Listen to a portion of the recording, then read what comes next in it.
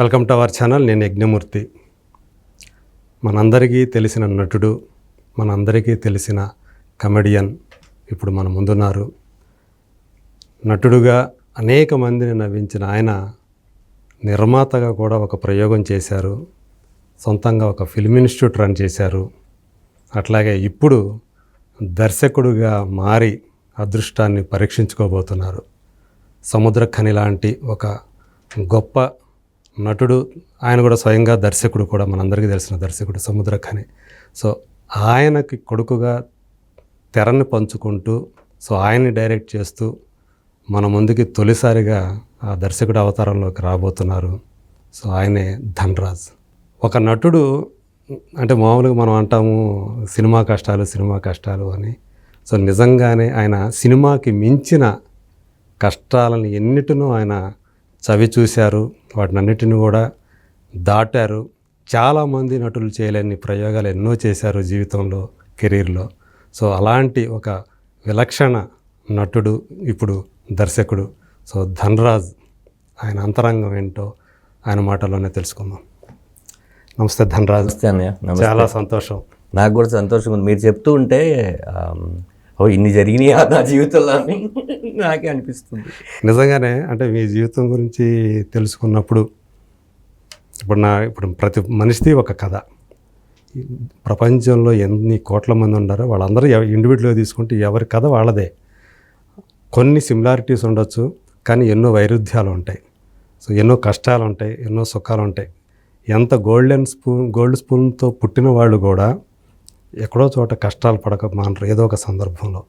So కానీ మనం చాలామంది చూసుకుంటే ఏదైనా కష్టాలు పడుతున్నాడు చూస్తారా, ఈడి అన్ని సినిమా కష్టాలు రా అని. అంటే సినిమాలో చూపించే కష్టాలు ఆ రేంజ్లో ఉంటాయి, మనం ఏడిపిస్తాయి, మనల్ని భావోద్వేగానికి గురి చేస్తాయి. సో మనం వాటికి కనెక్ట్ అయినప్పుడు ఆ సినిమాలు ఎక్కడికో పెద్ద పెద్ద హిట్లు అయిపోతాయి. కానీ నేను మీ జీవితాన్ని చదివినప్పుడు ఆ సినిమా కష్టాలను మించిన కష్టాలు మీరు అనుభవించినట్టు నిజంగానే ఒక కుర్రాడు, చిన్నతనంలోనే తండ్రి ప్రేమకు దూరమైన కుర్రాడు, తర్వాత సినిమా మీద పిచ్చితో వచ్చి హైదరాబాద్కు వచ్చి ఎక్కడో తాడేపల్లి గుట్టు, హనుమాన్ జంక్షన్ లాంటి ప్లేసుల నుంచి వచ్చి అమ్మకి చెప్పా పెట్టకుండా వచ్చి, తర్వాత ఆ అమ్మ మళ్ళీ కొడుకు కోసం వెతుక్కుంటూ హైదరాబాద్కు వచ్చి, సో కొడుక్కి అండగా నిలబడటం కోసం ఆమె పడిన కష్టం. సో అట్లాగే ఆ కొడుకు రకరకాల ప్రయోగాలు చేసి, సో హోటల్లో సర్వర్గా చేసిన, ఒక ఫిల్మ్ ఇన్స్టిట్యూట్లో ఒక అసిస్టెంట్గా చేసిన, తర్వాత తనే ఒక ఫిల్మ్ ఇన్స్టిట్యూట్ మొదలు పెట్టాలనుకున్న, తర్వాత అమ్మ చచ్చిపోయిన 3వ రోజు 4వ రోజు ఒక అమ్మాయిని పెళ్లి చేసుకున్న, అదే ఆ అమ్మాయిని కనిపించిన పరిచయమైన 3వ రోజు 4వ రోజు ఆమెను పెళ్లి చేసుకోవటం మళ్ళీ అది కూడా. సో ఇలాంటి ఇన్ని పార్శ్వాలు ఒక మనిషి జీవితంలో ఉండటం అనేది చాలా అరుదు. నాకు తెలిసినంతవరకు ఒక రేర్ పర్సన్ ధన్రాజ్. సో తను తర్వాత అంటే అతనిలోని ఒక వ్యక్తిత్వం, సో తనని హీరోగా చేసి డైరెక్టర్ కావాలనుకున్న అచ్యుత్ అనే ఒక కుర్రాడిని, ఆ సినిమా ఆగిపోతే తను ఎలానే డైరెక్టర్ నిలబెట్టాలని తప్పించి తనే ప్రొడ్యూసర్గా మరో ఒక సినిమా తీసి చేతులు కాల్చుకొని, సో మళ్ళీ ఈరోజు తనలో ఉన్నటువంటి సృజనాత్మక శక్తి ఏదైతే ఉందో, ఆ దర్శకత్వం అనేది, దాన్ని పరీక్షించుకోవడం కోసం ఇప్పుడు రామం రాఘవం అనే ఒక సినిమాతోటి మా ముందుకు వస్తున్నారు. సో ఇట్లా ఇన్ని కోణాలు ఒక మనిషిలో ఉంటాయా అని అనిపిస్తుంది మీరు చూస్తే. సో మీకు ఏమనిపిస్తుంది అంటే ఇన్ని దాటుకొని, ఇన్ని అడ్డంకులు అనండి, ఇన్ని పార్శ్వాలనండి, సో కొన్నిటిని చాలా విజయవంతంగా అధిగమించి, మీకు తెలుసు మీరు పడిన కష్టాలు. సో ఈరోజు ఈ స్థాయికి రావటం, ఇలా సముద్రఖని గారిని డైరెక్ట్ చేస్తూ, ఆయన కొడుకుగా నటిస్తూ ఇలా మా ముందుకు రాబోతుంటాం, ఏమనిపిస్తుంది మీకు? అంటే అన్న, మీరు ముందు ఒక మాట అన్నారు, అదేంటంటే ప్రతి మనిషి జీవితంలోనూ స్ట్రగుల్స్ ఉంటాయి. ఖచ్చితంగా లేకుండా ఉంటే అది హ్యూమన్ కాదు, రోబోట్ లాగే. కాకపోతే సినిమా ఇండస్ట్రీకి వచ్చేసరికి ఏంటంటే మీలాంటి పెద్దవాళ్ళ ద్వారానో, లేకపోతే యూట్యూబ్ ఛానల్, లేకపోతే శాటిలైట్ ఛానల్ ద్వారా మనం పడిన సుఖాలతో పాటు కష్టాలు కూడా తెలియడంతో పాటు చాలామంది ఏమనుకుంటారంటే వాళ్ళు ఎక్కువ కష్టపడ్డారేమో అనుకుంటారు. సినిమా జీవితమే కాకుండా చూస్తూ ఉంటేనా సాఫ్ట్వేర్లో కానీ లేకపోతే నాకు తెలిసిన చాలా సర్కిల్ ఫ్రెండ్స్ ఉన్నారు, ఇంజనీరింగ్ స్టూడెంట్స్ ఉన్నారు, డాక్టర్స్ ఉన్నారు. వాళ్ళందరిలో కూడా కష్టాలు ఉంటాయి. కథ అవి బయటికి రావు. కథ ఏ మనిషికి ఆ కష్టం చాలా బరువైందేగా 100%. ఖచ్చితంగా. అంటే చాలామంది రోలర్ కోస్టర్ అంటుంటారు, దానికన్నా రంగులు రావటమే బెటర్ అన్న. ఎందుకంటే ఇక్కడ స్టార్ట్ అయ్యి మళ్ళీ అది ఇక్కడికే వస్తుంది. సర్కిల్, ఒక సర్కిల్ ఖచ్చితంగా చూడాల్సిందే. జీవితం అంటే ఖచ్చితంగా సర్కిల్ చూడాలి. ఎందుకంటే మనం ఎలాగ కొడుకుతో స్టార్ట్ అవుతామో మళ్ళీ మనకు కొడుకు పుడతాడు. అవును, అదొక రౌండప్ అవుతుంది లైఫ్ ఖచ్చితంగా 100%. దాంట్లో వచ్చిన బాధల్ని నేను మొత్తానికి నా దాంట్లో ఫుల్ స్టాప్ పెట్టి చెప్పాలనుకుంటే మాట ఏంటన్నా, కష్టం పడకపోతే సుఖం విలువ తెలియదన్న. 100% ఖచ్చితంగా కష్టపడాలి. 100% మీరు కష్టపడాలి. కానీ కష్టపడే దానికి ఒక గోల్ ఉండాలి. నేను 5 ఫ్లోర్లు పైకి నడుచుకుంటూ వెళ్ళాను, కింద వాచ్మెన్ నన్ను గుర్తించలేదు అంటే అది నీ గోల్ కాదు. 5వ ఫ్లోర్లో నేను ఇల్లు కొనుక్కోవాలి అని చెప్పేసి నువ్వు కష్టపడి వాచ్మెన్ గుర్తించాలనుకోవాలి. కానీ 5 ఫ్లోర్ నడుచుకుంటూ వెళ్తే తనకే అనవసరం, నీకు అది అవసరం లేని పని. మీరు అది కాదు, ఆ పని కాదు, అది కాదు. మన గోల్ సిన్సియర్గా ఉంటే ఖచ్చితంగా అది నిజమైన అంటే న్యాయపరంగా ఉంటే ఖచ్చితంగా మనం గెలవడానికి ఎన్నో ఆటుపోట్లు ఎన్నో కష్టాలు పడతాం. దాన్ని మనం ఏమనుకోవాలంటే మన గోల్ కోసం పడుతున్న కష్టమే తప్ప అని చెప్పి అది తీసుకొచ్చి కష్టం రా బాబు అని చెప్పి ఏడ్చుకుంటూ ఉంటే ఏం జరగదన్న ఈ లైఫ్లో. ఏది జరగదు. ఆ పట్టుదలతో ఉన్నాను కాబట్టి ఇన్ని చూసినా కూడా ఇంకా మీ ముందు నేను ఇలా కూర్చున్నాను. దానికి మా ఖచ్చితంగా ఆ దేవుడు ఆశీస్సులు, మా అమ్మ నాన్న ఎక్కడో చేసిన పూజా ఫలితాలు, ఇక్కడికి వచ్చిన తర్వాత నేను చేసిన మంచో లేకపోతే నాకు చేసిన మంచో దానివల్ల ఇలా ఉన్నాను. సో ఇప్పుడు అంటే నిర్మాతగా అదేంటి ధనలక్ష్మి తలుపు తడితే అని ఒక సినిమా తీశారు. పేరులో ధనం లక్ష్మి ఉంది కానీ తలుపు తట్టలేదు అది. సో ఆ కష్టం పడ్డారు కదా అప్పుడు. అంటే ఒక అబ్బాయిని దర్శకుడిగా నిలబెట్టాలని ఒక తాపత్రయంతో. సో అదొక దాని నేను మళ్ళీ తర్వాత వస్తాను. ఈ రామం రాఘవం అంటే ఒక డైరెక్టర్ కావాలని ఈ తపన ఏదైతే ఉందో అది ఎప్పటి నుంచి మీలో ఉంది? నిర్మాత కాకముందు నుంచి ఉందా లేకపోతే తర్వాత కాలంలో వచ్చింది అది? ఏంటంటేనా ఈ జబర్దస్త్ ఇలాంటి కార్యక్రమాలు చేసేటప్పుడు మా స్క్రిప్ట్ మేమే రాసుకోవడం, నేను కానీ వేణు కానీ చంద్ర కానీ ఉండేవాళ్ళు. టీమ్ సపోర్ట్ ఉండేది, రైటర్ కూడా ఉండేవాడు. మన థాట్ ఏదైతే ప్రాసెస్ చెప్తామో ఒక స్క్రిప్ట్ స్టార్ట్ చేస్తే కట్ చేసే వరకు మధ్యలో ఇంకా ఆపడానికి లేదు. కానీ డిజైన్ని ఒక టీమ్ లీడర్ చేయాలి ఖచ్చితంగా. నీ ఎంట్రీ ఇది, నువ్వు లెఫ్ట్కి వచ్చి ఇక్కడ ఆగాలి, నీ డైలాగ్ తర్వాత నీ డైలాగ్ చెప్పాలని. ఇలా ఒక 100 ఎపిసోడ్స్ చేసిన తర్వాత తెలియకుండా డైరెక్షన్ చేద్దామని అప్పుడు లేదన్న. ఈ అనుభవం నాకు హెల్ప్ అయింది. అదే నిజానికి అది కూడా డైరెక్షనే కదా. ఎవరు ఎక్కడ ఉండాలి ఏంటి ప్లేస్మెంట్తో సహా ఇవన్నీ కూడా మరి దాంట్లో భాగమే. అది సరైన ధనరాజు స్కిట్ని ఎంచుకునే విధానం. ఇప్పుడు చాలామంది నవ్వుతున్నారు అంటే వాళ్ళందరూ నవ్వాలి అనే విషయాన్ని మనం ముందు గ్రహించాలి. వాళ్ళు ఎందుకు నవ్వుతారు అనే విషయం మనకు తెలిసి ఉండాలి. దాన్ని పిక్ చేసుకునే విధానం కూడా థాట్ ప్రాసెస్ అని.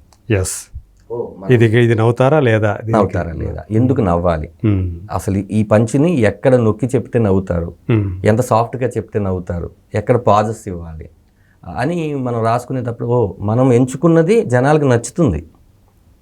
అయితే మనం ఏదో ఒకటి క్రియేట్ చేయగలం అనే ఒక నమ్మకం, క్రియేట్ చేయగలం అనే నమ్మకం నాకు ఆ షోస్ ద్వారా జబర్దస్త్ ద్వారా వచ్చింది.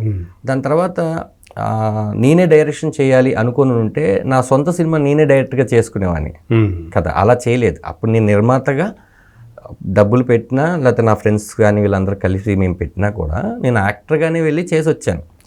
రిలీజ్ రోజు కూడా నేను ఇక్కడ లేను. పూరి జగన్నాథ్ గారి లోఫర్ షూటింగ్లో రిలీజ్ రోజే ఉన్నాను. పెన్ డ్రైవ్ కూడా తెప్పించుకొని పూరి గారికి అండ్ వరుణ్ తేజ్ గారికి అక్కడే హోటల్లో ఒక అవైలబిలిటీ ఉంటే సినిమా కూడా చూపించాను నేను. అంటే మనం అతను డైరెక్టర్గా నిలబెడదాము అనేది ఏంటంటే నన్ను నమ్మి నేనే హీరోగా చేస్తే తప్ప ఆ కథ వేరే వాళ్ళతో చేయనని ఎన్నో ఆఫర్లను రిజెక్ట్ చేసుకుని ఉన్న వ్యక్తి నాకు నేను ప్రొడ్యూస్ చేయడం అనేది చాలా చిన్న విషయమే. సాయి అచ్యుత్ కదా అతని పేరు, అచ్యుత్ చిన్నారి అని కలం నేమ్ చిన్నారి, ఆయన ఈటీవీ కూడా చాలా చేశారు.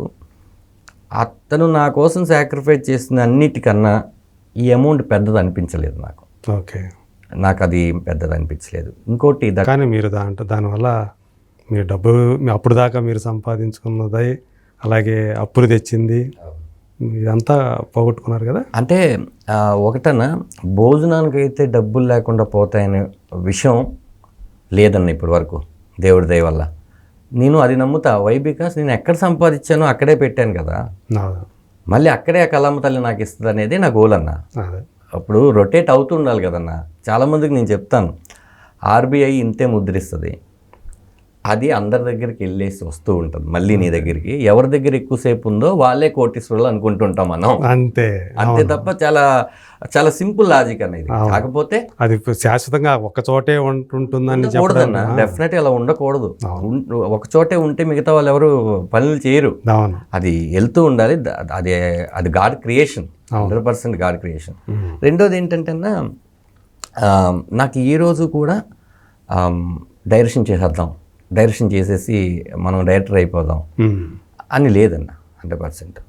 కాకపోతే ఈ రామం రాఘవం స్క్రిప్ట్ వచ్చేసి విమానం అని ఒక సినిమా తీశాడు శివప్రసాద్ యానాల్ గారు.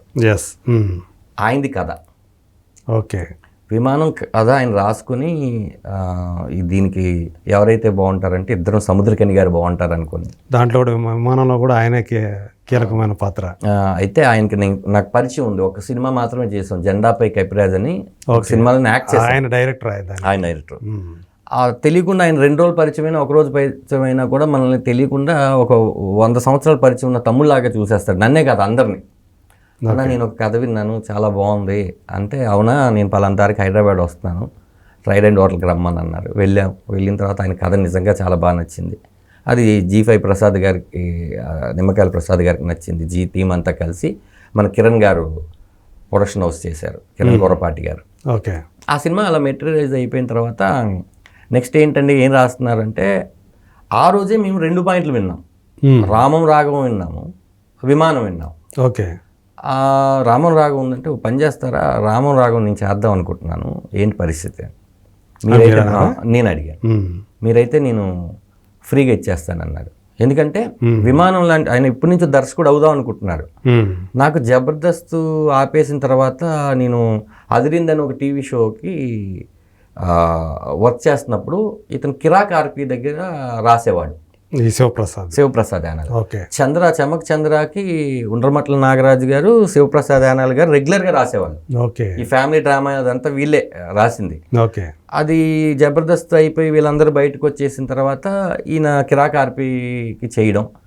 అప్పుడు దర్శకులు నితిన్ భరత్లు ఉన్నారు. కిరాక్ ఆర్పి గారి దగ్గర చేస్తున్నారు కదా, నీ టైమింగ్ దండ్రా టైమింగ్ బాగుంటుంది అంటే, ఆర్పి కూడా ఓకే అన్న దగ్గర నుంచే నేను వచ్చాను కదా, వెళ్ళి నేను రాసుకుంటా అంటే, తను నా దగ్గర కదా. నేను రాకింగ్ రాకేష్ కానీ కిరాక్ ఆర్పి కానీ నా టీమ్మేట్స్, నేను టీమ్ లీడర్గా ఉన్నట్టు. అయితే అన్న దగ్గరికి వెళ్ళి అన్నాడు. వచ్చిన ఒక 5-6 రోజుల తర్వాత శివప్రసాద్ గారు ఏం చేస్తుంటారండి మీరు, ఇది కాకుండా అంటే డైరెక్టర్ అవ్వాలి సార్ అన్నాడు. డైరెక్టర్ అవ్వాలా, కథ ఏంటో చెప్పండి నన్ను అంటే ఒక 3 పాయింట్లు చెప్పాడు. 3 బాగున్నాయి. ఓకే.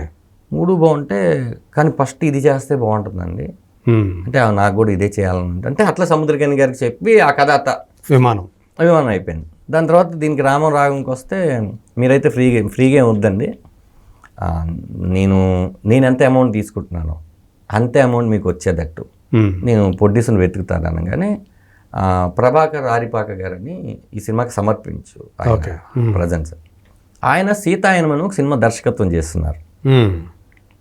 ఆయన సీతాయనం కన్నడ అండ్ తెలుగు.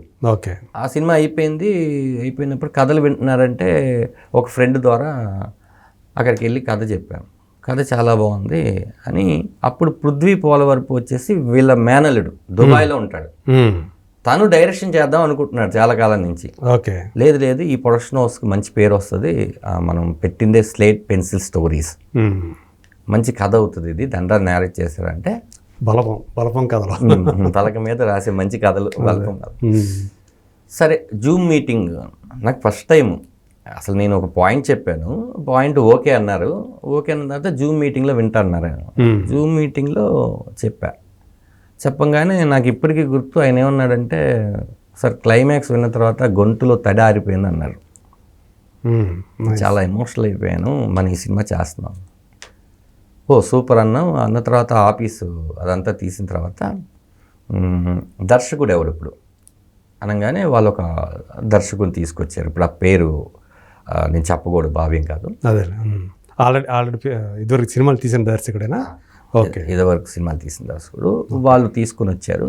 రైటర్గా శివప్రసాద్ గారు ఉన్నారు. ఆయన ఏంటంటే మళ్ళీ తండ్రి కొడుకుల ఎమోషన్ సినిమా నేను డైరెక్షన్ చేయడం బాగోదు, ఇంకో జాన్ ఆల్రెడీ విమానంలో కూడా అదే ఉంది కదా, చేశాను కదా అని, మళ్ళీ సేమ్ చేసినట్టు ఉంటుంది కదా, సేమ్ సముద్రకని గారు ఇవన్నీ అని అంటే సరే అని అప్పుడు కథ మీద ఆయన నేను ఆ దర్శకులు కూర్చున్నాం.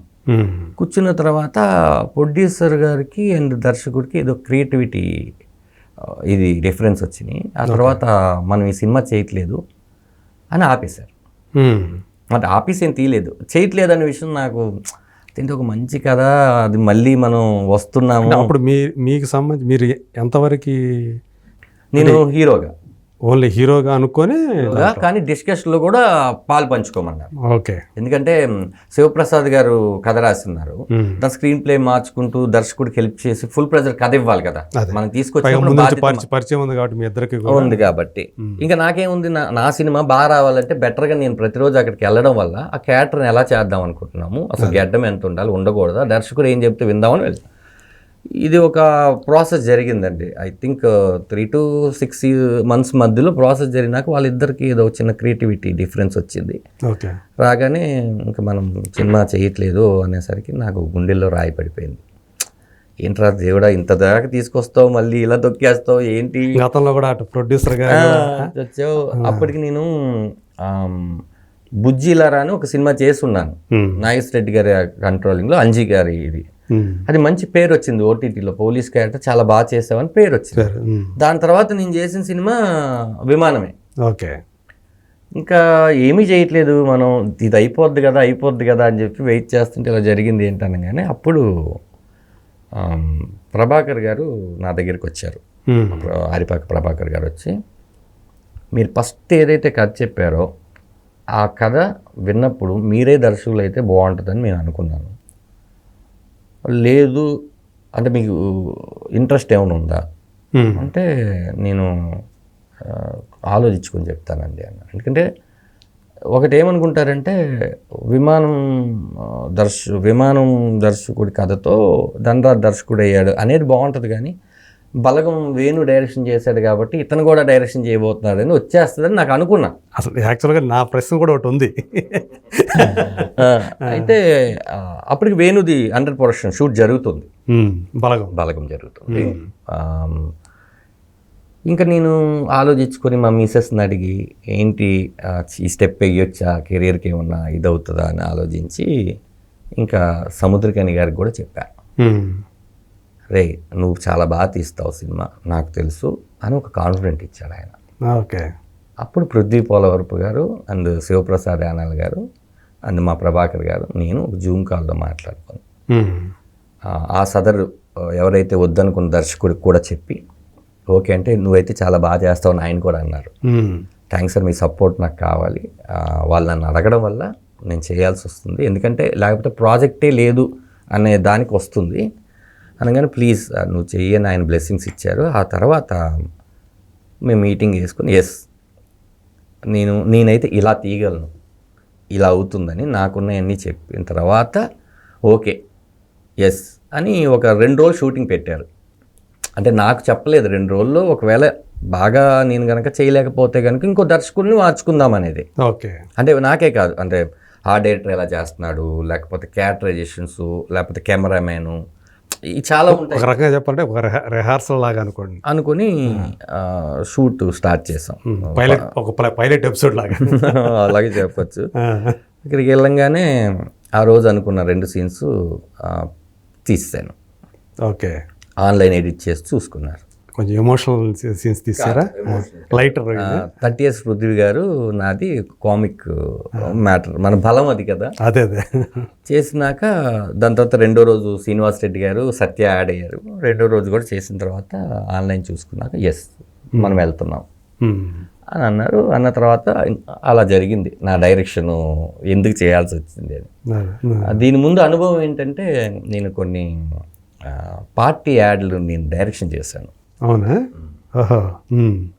అది పార్టీ యాడ్లు అంటే బర్త్డే పార్టీలు లాంటివి లేకపోతే ఆ పార్టీ? ఓకే. ఈ పార్టీలు కాదు, ఒక పార్టీ యాడ్కి ఫీడింగ్ కోసం నేను డైరెక్షన్ చేశాను. ఓకే. ఆ అనుభవం ఉంది. అది కాకుండా ఇన్స్టిట్యూషన్ నుంచి వచ్చాం కదండి, కొంచెం ఎక్కడో ఫ్రెండ్ సర్కిల్ అయితే ఈ 20 years జర్నీ జై సినిమా 2004 నుంచి ఇప్పటి వరకు చాలామంది దర్శకులను కలుస్తూ ఉంటాము. ఒక్కొక్క దర్శకుడు ఎలా ఈ సీన్ని తీయబోతున్నాడు, లేకపోతే ఏ లెన్స్ వేస్తే ఈ సీన్ ఇంత అందంగా వచ్చింది, ఏ మూమెంట్, ఏ ట్రాలీ, ఇవన్నీ కొంచెం అందుకనే అవగాహన ఉంది. ఆ స్టేజ్ మీద చెప్దాం అనుకున్నది మీ ముందు చెప్తున్నాను ఏంటంటే, ఇప్పుడు వరకు నేను పరిచయం దర్శకులు అందరూ నా గురువులు ఓకే అనేది చెప్దాం అనుకుంటున్నాను. ఓకే.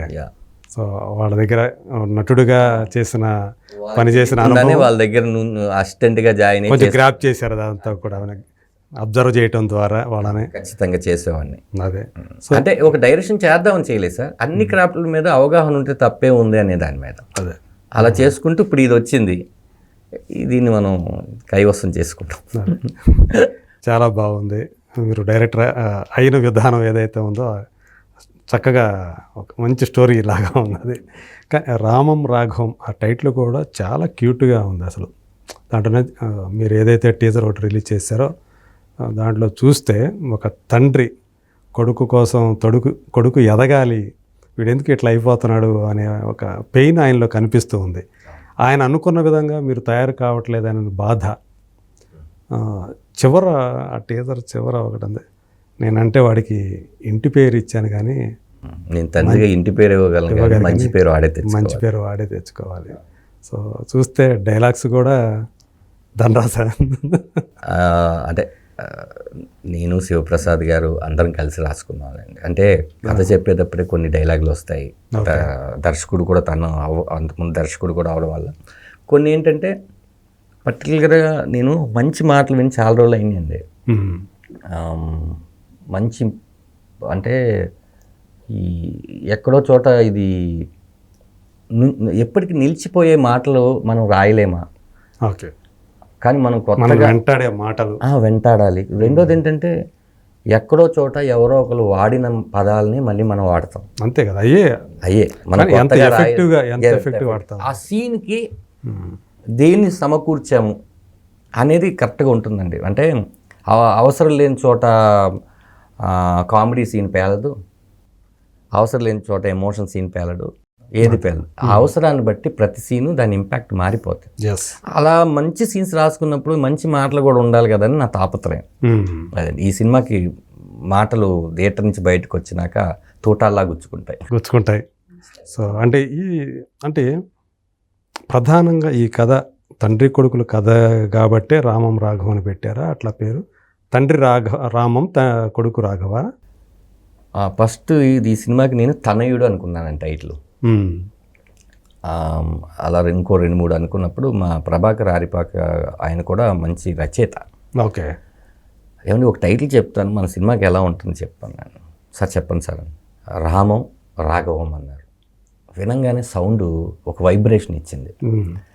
కథలో ఆల్రెడీ ఆయన పేరు దశరథ రామం, ఓకే, నా పేరు రాఘవ. పాత్రలకి కరెక్ట్గా సరిపోయింది. రెండోది ఏంటంటే రెండు రాముడన్న రాఘవన్న ఒకరే. అదే తండ్రిలాగే, అంటే తండ్రి షాడోనే కదా సార్ కొడుకు.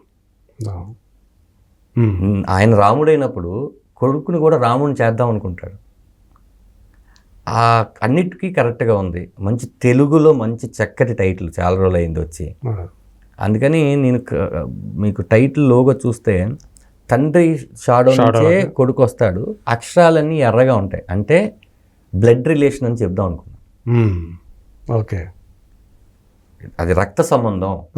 అంటే ఇది ఎవరో ఒకరు గుర్తించిన చాలు అని అలాంటి విషయంలో కూడా నేను కేర్ తీసుకున్నాను. అంటే ఇది గుర్తించి సింబాలిక్ గా కూడా ఉండాలి. అందుకని రామం రాఘవం ఆయన ప్రభాకర్ ఆరిపాక గారు పెట్టింది. బట్ కథకి చాలా యాప్ట్. ఒక నటుడుగా తెర మీద నటిస్తూ కెమెరా ముందు, సో మిమ్మల్ని మీరు డైరెక్ట్ చేసుకోవటం ఇది ఎలా అనిపించింది? మళ్ళీ సముద్రఖని లాంటి ఆయన ఈజ్ హిమ్సెల్ఫ్ ఒక వెరీ గుడ్ డైరెక్టర్. సో పైగా ఆయన డైరెక్షన్లో మీరు చేసి ఉన్నారు గతంలో. సో ఎలా ఉంది ఈ ఎక్స్పీరియన్స్, ఎలా ఉంది ఇది? చాలా అంటే అది చాలా చాలా టఫ్ జాబ్ సార్, అది వివరించలేము. చాలామంది చేస్తున్నారు కాబట్టి ధైర్యం తెచ్చుకోగలిగాను నేను. మహానుభావులు ఎంతోమంది అన్ని క్రాఫ్ట్లు చేశారు. ఇంకా నేను దర్శకత్వం, యాక్టింగ్, ఆటలు ఇలాంటివి స్క్రీన్ ప్లేలు చేసుకున్నాను. కానీ చాలామంది నిర్మాతగా ఉండి, మ్యూజిక్ డైరెక్టర్గా ఉండి, ఎడిటర్గా ఉండి చాలా చేసుకున్నాను. సో నా పాయింట్కి వస్తే సార్, అక్కడ ఇంకొక భయం ఏంటంటే, మీరు అన్నట్టు మా ప్రభాకర్ ఆరిపాక గారు దర్శకులు, పృథ్వీ పోలవరపు గారు డైరెక్షన్ చేద్దాం అనుకుంటున్నారు. కథ ఇచ్చిన శివప్రసాద్ ఆయన డైరెక్టర్, సముద్రకని గారు డైరెక్టర్. నలుగురిని డైరెక్ట్ చేయాలి. అంటే తప్పేదైనా ఉంటే చెప్పి ఇది చేస్తారు, అది చేస్తారు అనే ఎక్కడ నాకు ఒక భయం కూడా లేదు సార్. ఈ సినిమాలో నేను సముద్రకని గారిని డైరెక్షన్ చేసింది ఆయన ఇచ్చిన ఫ్రీడమ్. ఓకే, ఇక్కడ పడుకోమంటే పడుకున్నారు, నుంచోమంటే నుంచున్నారు. ఒకటే మాట చెప్పాడు, ఈ సెట్లో మీరు డైరెక్టర్. ఆయన ఇలాగే చెప్పాడు, నువ్వు కూడా కాదు, ఈ సెట్లో మీరు డైరెక్టర్, నేను ఆర్టిస్ట్. నా జాబ్ ఆర్టిస్ట్గా చేయడానికి వచ్చాను. మీరు ఏం చెప్తారో, మీకు ఎలా కావాలో మీరు తీసుకోండి. ఒక్క కరెక్షన్ కూడా నాకు చెప్పలేదు. రెండు, మళ్ళీ సముద్రగని గారి కంటిన్యూ చేసే లోపల ఇదేంటంటే, యాక్టర్ ధనరాజ్ని డైరెక్టర్ ధనరాజ్ డీల్ చేయగలదా లేదా అనేదే నాకు టాస్క్ ఉండేది. యాక్టర్ ధనరాజ్ డైరెక్టర్ ధనరాజుకి ఏం కావాలో ఇవ్వగలడా అనేది ఉండేది. నాలో నాకే సంఘర్షణగా చేసుకున్నాను సార్. ఇద్దరు ఉన్నారు, యాక్టర్ ధనరాజు, డైరెక్టర్ ధనరాజు. ఆ ధనరాజు చెప్పింది నేను చేయగలనా, ఈ ధనరాజు ఆ ధనరాజు అడిగింది ఇవ్వగలడా, ఇదే సార్ ఫైట్ నాకు. తప్ప నాకు వేరే ఏం లేదండి, 100%. ఓకే. తర్వాత డబ్బింగ్ రూమ్లో సముద్రకని గారు డబ్ చెప్పి చెన్నైలో చెప్పించాను. తెలుగు కూడా నేను పట్టుబడి ఓకే ఒక 6 రోజులు టైం తీసుకొని ప్రతి మాట స్పష్టంగా వినిపించేటట్టు. ఎందుకంటే ఆయన విమానంకు డబ్బింగ్ చెప్పారు. అంతకుముందు ఆకాశవాణి అని ఒక సినిమా చెప్పారు. విమానంలో కూడా చిన్న తెలుగు అక్షరాల్లో మనకున్న తమిళ్లో లేవు. మనం ఇప్పుడు శంకర్ అని పిలిస్తే వాళ్ళు శంగర్ అని పిలుస్తారు. కొన్ని ఉన్నాయి, అవి ఎప్పటికీ టంగ్ ట్విస్టర్సే వాళ్ళకి. అన్న లేదన్నా, ఆ పాత్రకు ప్రాణం నేను ఎవరితోనే చెప్పించవచ్చు, కానీ మీరు చెప్తే ఉంటుంది, లైవ్లీనెస్ ఉంటుంది. రెండు, మీ వాయిస్ అందరికీ తెలుసు. దీని ముందు మీరు ఫ్రీ రిలీజ్ ఈవెంట్లో మాట్లాడతారు, ఇంటర్వ్యూలో మాట్లాడతారు. జనాలకి ఖచ్చితంగా మన సొంత గొంతు అయితే బాగుంటుందన్న. అంతే, ఇంకా దాన్ని ఇంకా ఓన్ చేసుకునే విధానం ఇంకా ఇదిగా ఉంటుంది కదా సార్. అంటే పాత్ర ఒకటి చేస్తుంటే మాట ఇంకొకరిది అన్నప్పుడు తెలియకుండా ఒక చిన్న ఇది వస్తుంటుంది. అందుకని చెప్తే సరే అని ఒక 6 రోజులు డబ్బింగ్ చెప్పిన తర్వాత 6 రోజులు టైం తీసుకున్నారా? వచ్చారండి. ఆయన బిజీలో 8 o'clock అంటే నేనన్నా 8:30కి వెళ్ళాను, కానీ ఆయన 8కి వచ్చి సినిమా అంతా చూసుకుంటూ ఏడ్చేసాడండి. ఆయన ఏడ్చేసి నన్ను కౌగులించుకొని, ఒక్కొక్క షాట్కి ఒక్కొక్క అర్థం ఉంది, ఏదో నార్మల్గా పెట్టలేదురా నువ్వు, ఇది అంటే డబ్బుల విషయంలో ఎలా వస్తుంది ఏంటి అనేది ఎవరూ చెప్పలేము. పేరు మాత్రం ఖచ్చితంగా మంచి పేరు నాకు సినిమాకి తీసుకొస్తారా, నీకు కూడా తీసుకొస్తుంది అన్నారు. థ్యాంక్స్ అండి, మీలాంటి వాళ్ళు చెప్తే నాకు ఇంకా అదే ఇప్పుడు కూడా ఆ ఎనర్జీయే నన్ను ఇంకా నడిపిస్తుంది. అదే మనం చేసుకున్న వర్క్ సినిమా సంబంధించి డబ్బింగ్ చెప్పేటప్పుడు చాలా వరకు తెలిసిపోతుంది అంటారు. అంతే, డెఫినెట్గా తెలిసిపోతుంది. ఎవరిని మనం మోసం చేయలేము. మనం డబ్బింగ్ ఇన్ఛార్జిని కూడా మోసం చేయలేము. ఎందుకంటే 100 సార్లు నాతో పాటు సినిమా చూస్తారు కదా. నేను ఎవరో ఒకళ్ళు ఈ 24 క్రాప్స్లో డిఏలో కానీ, 5.1లో కానీ, డబ్బింగ్లో కానీ, సింకింగ్లో కానీ, లొకేషన్లో కానీ, ఆన్లైన్ ఎడిటర్ కానీ ఎవరో ఒక్కలైనా ఏదైనా బాగోలేదంటే కరెక్ట్ చేసుకోవచ్చేమో అని వెయిట్ చేశాను సార్. దేవుడు చేయాలి కదా సార్ డెఫినెట్గా. అంటే థియేటర్లో జనాలు అందరితో తిట్టించుకోవడం కన్నా ముందు వీళ్ళిద్దరితో తిట్టించుకుంటే జనాలు మెచ్చుకుంటారు కదా సార్ డెఫినెట్గా. ఎందుకంటే నా వెనకాల ఒక డైరెక్టర్ అనేది కొత్త జాబ్ ఒకటి ఉంది. చూడడానికి వచ్చిన వాళ్ళు ఎవరైనా కూడా రానప్పుడు ఎందుకు చేసావు అనే మిస్టేక్ ఇంకా అటు కాకుండా ఇటు కాకుండా పోతాం. ఎవ్వరు చెప్పలేదు సార్. అంటే నా మీద ప్రేమతో చెప్తున్నారేమో అని క్రాస్ చెక్స్ కూడా చేసుకుంటుంటాను 100%. ఏం బాగుందని నువ్వు అలా అంటున్నా అంటే ఏం తక్కువ, ఏం మాట్లాడతావు అని చెప్పి నా మీద రివర్స్ అయిన వాళ్ళు ఉన్నారు అనమాట. ఓ అయితే ఓకే, వర్క్ అయింది అనమాట. అట్లా సార్. మీరు నటుడుగా ఎంతోమంది నవ్వించారు. ప్రధానంగా మీరు కమెడియన్. ఒక జబర్దస్త్ షో ద్వారా కూడా దాన్నే మీరు మీ బలం ఏంటో చూపించారు. సో అంటే మీ బలం, మీ స్ట్రెంగ్త్ అంతా కూడా ఎక్కువగా ఆ కామెడీ సైడ్ ఉంది కదా. అలాంటిది మీరు డైరెక్టర్ అవుతూ ఇలాంటి ఒక ఎమోషనల్, ఒక తండ్రి కొడుకుల కథని తీసుకోవటం అంటే ఏ ధైర్యంతో చేశారు? ఎందుకని మీరు కామెడీ స్క్రిప్ట్ కాకుండా ఇలాంటి స్క్రిప్ట్ ఎంచుకున్నారు? నేను జబర్దస్త్లో చేసేటప్పుడు కూడా sir, Jabardasth show comedy show కదండి, కొన్ని ఎమోషనల్ స్కిట్స్ చేశాను నేను. మీరు చూస్తే పైరసీ మీద ఒక స్కిట్ చేశాను, ఒక ఆర్టిస్టుల మీద ఒక స్కిట్ చేశాను. బహుశా మీరు వెనక్కి వెళ్ళి చూస్తే నాకు ఫస్ట్ నుంచి ఒక ఎమోషన్ అంటే బాగా ఇష్టం అండి. అంటే మీరు చిన్నప్పటి నుంచి మీరు ఎదుర్కొన్న స్వీయానుభవాలు కూడా ఉండొచ్చు. నేను ఎంత పగలబడి నవ్వుతానో పక్కన వాళ్ళు జోకేస్తే, వాళ్ళు చిన్న మాట ఏదైనా వాళ్ళ జీవితం గురించి చెప్తే నాకు ఏడుపు వచ్చేస్తుంది సార్. నేను థియేటర్లో కూర్చొని చాలా సినిమాలకు ఏడుస్తుంటాను. ఓకే, నాకు చాలా ఇష్టం. నాకు తెలియకుండా లోపల నుంచి అది పక్కన ఎవరైనా చూస్తున్నారా అంటే ఖచ్చితంగా ఆపుకోలేనండి నేను. మీరు ఎన్నో సినిమాలు చేసినా ఒక నటుడైనప్పటికీ కూడా సో ఆ ఎమోషన్ అనేది వచ్చేస్తూ ఉంటుంది. వచ్చేస్తుంది. నాకు ఒక ఆర్ఆర్ ఏదైనా ఏదైనా వినిపిస్తే చాలా ఏడ్చేస్తాను నేను. అంటే నేను సెన్సిటివ్ లేకపోతే అలా ఏం చెప్పట్లేదండి. నాకు అలాంటిది ఏదైనా సీన్ కానీ, విమానం క్లైమాక్స్ చూశాను అనుకోండి, యాక్ట్ చేసేటప్పుడు నేను ఉన్నాను, కథ మొత్తం నేను ఉన్నాను, ఇప్పటికీ ఏడుస్తాను నేను. సముద్రగని గారు చెప్తుంటారు, నేను ఎందుకు అన్నిసార్లు ఏడుస్తూ ఉంటాడు ఆయన. అంటే అది ఎప్పుడు చూసినా ఆ పెయిన్ అలాగే ఉండిపోద్దండి. అలాగా నేను ఈ సినిమాకి వచ్చేసరికి ఏంటంటే సార్, కామెడీగా సినిమాలో కూడా 4-5 సినిమాలు హీరోగా చేశాను నేను. ఒక బలమైన కథ చెప్పాలి, ఒక నిజాయితీ గల కథ చెప్పాలంటే అందులో ఒక పెయిన్ ఉండాలి. నేను చెప్పబోయేది మళ్ళీ ఈ సినిమా వరకు వచ్చేసరికి నాకున్న ఛాలెంజెస్లో సముద్రకని గారు రఘువర్ణ్ అని చెప్పి, విఐపి అని చెప్పి ధనుష్ గారికి ఫాదర్గా చేస్తున్నారు. డాన్ శివకార్తిక్ గారు కాలేజీ డాన్ చేస్తున్నారు. తర్వాత ఆయన ఫాదర్గా చేసింది నాకే. ఓకే, సో శివకార్తికేయన్కి ధనుష్ లాంటి వాళ్ళకి ఫాదర్గా చేసిన ఆయన ఎంత బలంగా ఈ స్క్రిప్ట్ నచ్చకపోతే, ఎంత ఆయన కదిలించకపోతే, ఆయన 35 రోజులు ఇచ్చారు ఈ సినిమాకి. ఆయనకున్న బిజీ, అక్కడ ఏమో హనుమాన్ జరుగుతుంది, ఆయన డైరెక్షన్ చేద్దామని చెప్పి ఇది ఉన్నారు. ఆయన బ్రో సినిమా అప్పుడు వెళ్ళి చెప్పి బ్రో రిలీజ్ వరకు వెయిట్ చేసి కరెక్ట్గా తీసుకుని వెళ్ళి మళ్ళీ అక్కడి నుంచి ఇక్కడ తీసుకొచ్చేసారు అనమాట. తీసుకుని వచ్చి బ్రో నుంచి తీసుకొచ్చేసారు. అంటే ఎందుకు ఎమోషన్ అంటే సార్, నాకు బేసిక్గా సార్ ఎంత నవ్వినా కూడా సార్, అలానే ఈ సినిమాలో కామెడీ లేదని కాదు, ఉంటుంది. అంటే మళ్ళీ జనాలకి మళ్ళీ అది నేను రాంగ్ ప్రొజెక్ట్ అవుతుంది. ఈ రాఘవ అనే ఒక క్యారెక్టర్ ఎలా బిహేవ్ చేస్తుందో ఎండ్ వరకు అలాగే బిహేవ్ చేస్తుంది. కొద్దిసేపు ఏదో నవ్వించి, కొద్దిసేపు ఏదో ఏడిపించి, సెటిల్గానే ఉంటుంది. డెఫినెట్గా సెటిల్. కానీ మీకు ఆర్టిస్ట్ సత్య ఉన్నాడు, 30 years పృథ్వీ గారు ఉన్నారు, ఇంకా అమృతం ఆయన మన వాసు గారు ఉన్నారు, చాలా మంది ఉన్నారండి, మన సునీల్ గారు ఉన్నారు, అందరూ ఉన్నారు. కాకపోతే ఇదేంటంటే ఏమవుతుందో నేను చెప్పలేను కానీ సార్, ఖచ్చితంగా ఒక మంచి సినిమానైతే మనం చూసి బయటకు వచ్చామని ప్రేక్షకులు అనుకుంటారు. అదే అండి నా గోల్, అంతే. అందుకనే ఇలాంటి సబ్జెక్ట్ చేసుకున్నాను నేను. నెక్స్ట్ రాసుకునే ప్రతి దాంట్లోనూ కూడా ఓ ఎమోషన్ అయితే ఉండాలి కథలో అనేది కదిలించాలి, ప్రేక్షకుడిని కదిలించే విషయం అయితే ఉండాలి.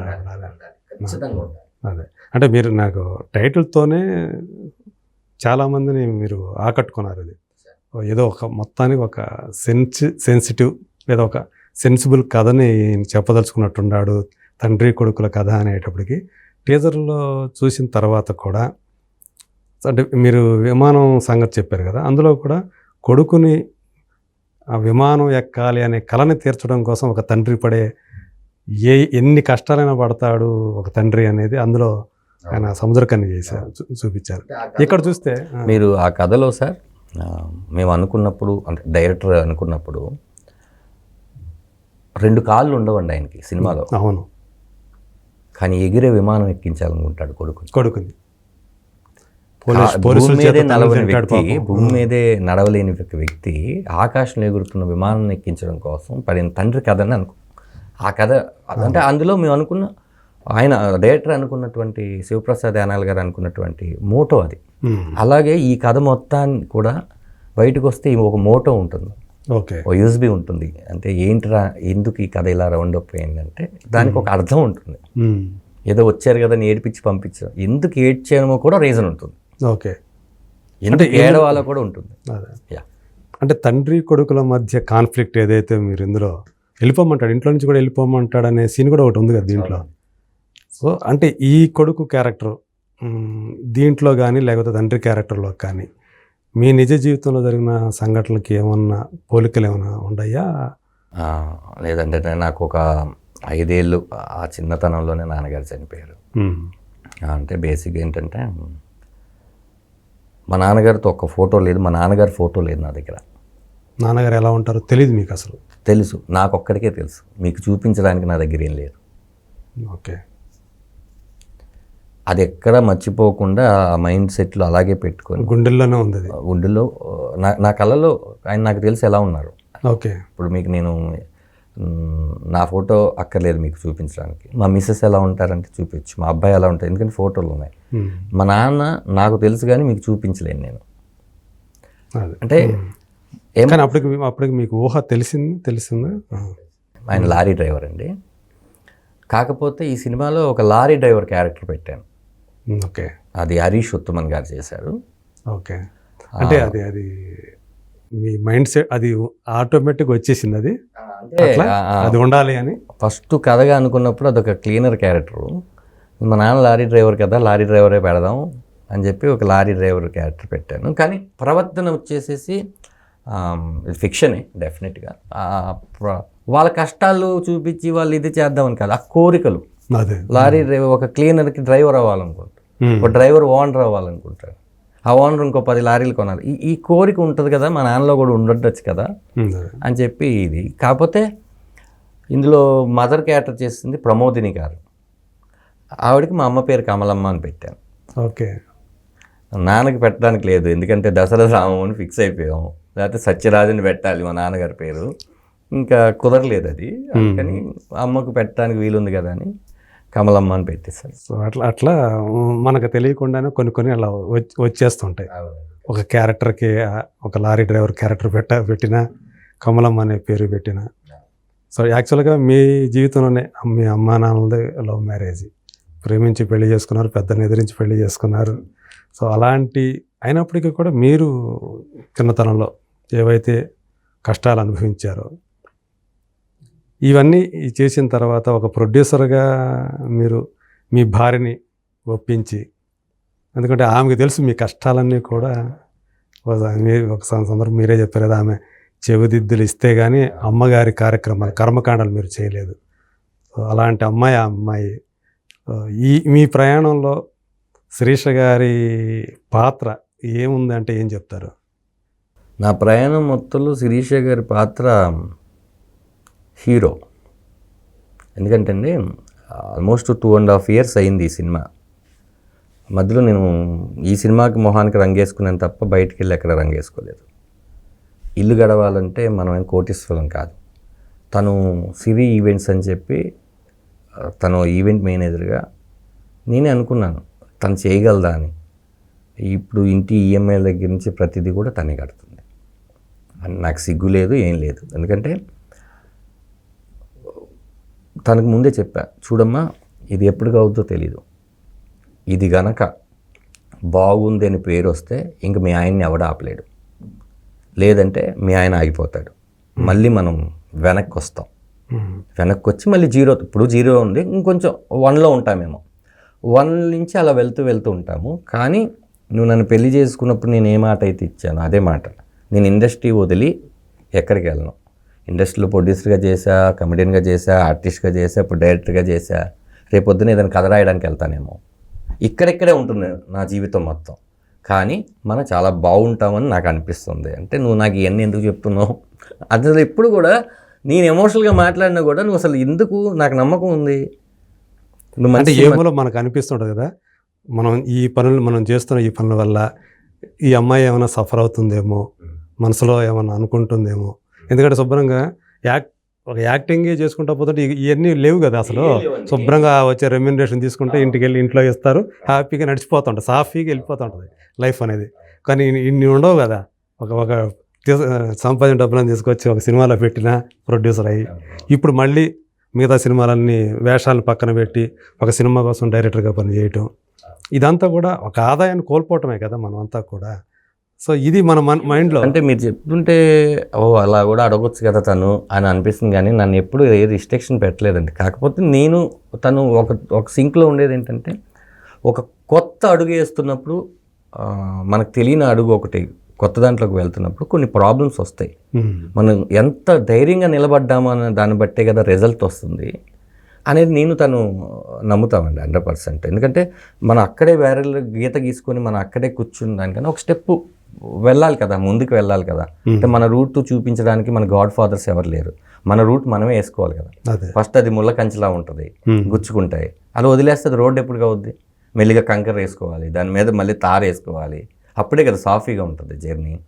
ఇలా ఇలా నేనే కాదండి, చాలామంది చేసి రుజువు చేశారు, సక్సెస్ అయ్యారు. నేనేం కొత్త విషయం ఏం చేయట్లేదు. అట్లీస్ట్ ఇన్స్పిరేషన్ ఉన్నప్పుడు నువ్వు రాకపోతే ఎలా అంటారు. అప్పుడు నిన్ను నమ్మిన వెనకాల ఉన్న వాళ్ళకి నువ్వు ఇన్స్పిరేషన్ ఎలా అవుతావు. డెఫినెట్గా నేను ఊరు నుంచి పారిపోయి వచ్చాను సార్, అమ్మో ఏంటి కష్టాలని చెప్పి వెనక్కి వెళ్ళిపోయి ఉంటే ఈరోజు తెలుగు ఇండస్ట్రీలో కానీ ఒకటి ధనార్దన్ ధనరాజ్ అనే పేరు ఉండేది కాదుగా. కానీ ఒకటి నాకు అంటే నేను చదివిన తర్వాత అనిపించింది, అసలు అప్పుడు అమ్మ ఒంటరిగానే ఉంది కదా, అమ్మను ఒంటరిగా ఉన్న అమ్మను వదిలేసి చెప్పబెట్టకుండా హైదరాబాద్కి ఎందుకు వచ్చాడు ఈయన. అమ్మేం కావాలి అంటే ఆశలన్నీ కొడుకు మీదే ఉంటాయి కదా, ఒక్కడే కదా మీరు, మరి అమ్మేం కావాలి. అదే సార్ నేను ఏమంటున్నానంటే, ఇది ఏది సమర్థించుకొని చెప్పడానికి కాదు, ఇది నిజం. ఒక 9వ తరగతి అంతా చదివేసుకున్న ఒక పిల్లోడు చిరంజీవి గారి సినిమాలు చూసేసి పారిపోయి వచ్చి చిరంజీవి గారి ఇంటికి వెళ్ళిపోదాం, చిరంజీవి గారు ఒకవేళ కాదంటే పక్కన బాలకృష్ణ గారి ఇల్లు ఉంటుంది, ఆ పక్కన నాగార్జున గారి ఇల్లు, ఇవన్నీ వరుసగా ఉంటాయి హీరోల ఇల్లు అన్నీ అనుకున్న భ్రమలో వచ్చింది నాకు.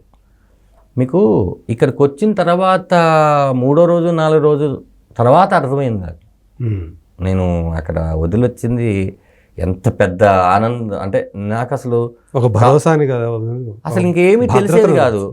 ఇక్కడ అన్నీ తెలుస్తున్నాయి. ఏంటి కష్టం అప్పుడు తెలియదు, ఇప్పుడు అన్నీ తెలుస్తున్నాయి కదా. తినరా తినరా తినరా అంటే తర్వాత తింటాలేమో అనే వాయిస్ దగ్గర నుంచి ఎవడు పెడతాడు అనే దానికి ఆకలే కదా సార్ నన్ను సర్వర్ చేసింది.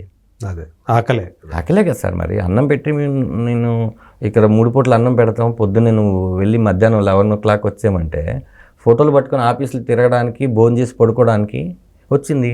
నాకు తెలిసి కాళ్ళు మనం పరిగెత్తుకుంటూ వచ్చేసి బొంగరాల ఆటో ఏదైనా ఆడుకుని వచ్చి కాళ్ళు కూడా కడుక్కోకుండా ఇంట్లో భోజనం చేసేస్తుంటాం. అమ్మ కడుక్కున్నా లేవని వెనకాల ఊటి నెల పోసేసుకున్నా, వెనకాల తడిసిండు కూడా ఉండవు. ఇక్కడికి వచ్చిన తర్వాత అంటులు తోమాల్సిన పరిస్థితి. ఇంకొకళ్ళు తిన్నదాన్ని అది తప్పే లేదండి, కాకపోతే నేను చేయని పని అది. అవును, కొత్త పని నిజానికి అవసరం లేని పని, అది కల్పించుకున్నాను. అదే కాకపోతే ఆ కష్టాన్ని నేను ఇష్టపడ్డాను కాబట్టి ఈరోజు మీతో నేను ఇలా కూర్చొని మాట్లాడుతాను. కానీ అది చేసేటప్పుడు మాత్రం మైండ్లో బాధ అనిపించేది కదా బాగా.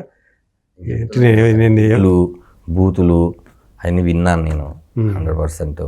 అంటే నాకు రెగ్యులర్గా తెలిసిన పని అనుకోండి సార్, ఫాస్ట్గా చేసేవచ్చు. మనం నేర్చుకున్న ప్రాసెస్లు ఏంటంటే వాళ్ళకి అది రెగ్యులర్. అవును, తొందరగా తీయమనే పదం రెగ్యులర్, తొందరగా తీయడం ఎలా తెలియదు నాకు, అది రెగ్యులర్ కాదు కదా.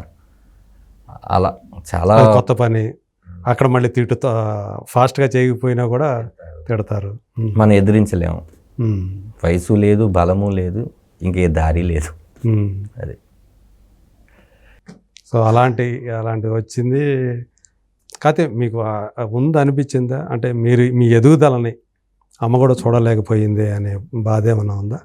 మా అమ్మ నేను కలిసి చూసిన ఒకే ఒక సినిమా నేను యాక్ట్ చేసింది జై కింద గెలాక్సీ థియేటర్ ఉండేది, మన టోలీ డైరెక్ట్ చేసినటువంటి జై నవదీప్ హీరోగా పరిచయం.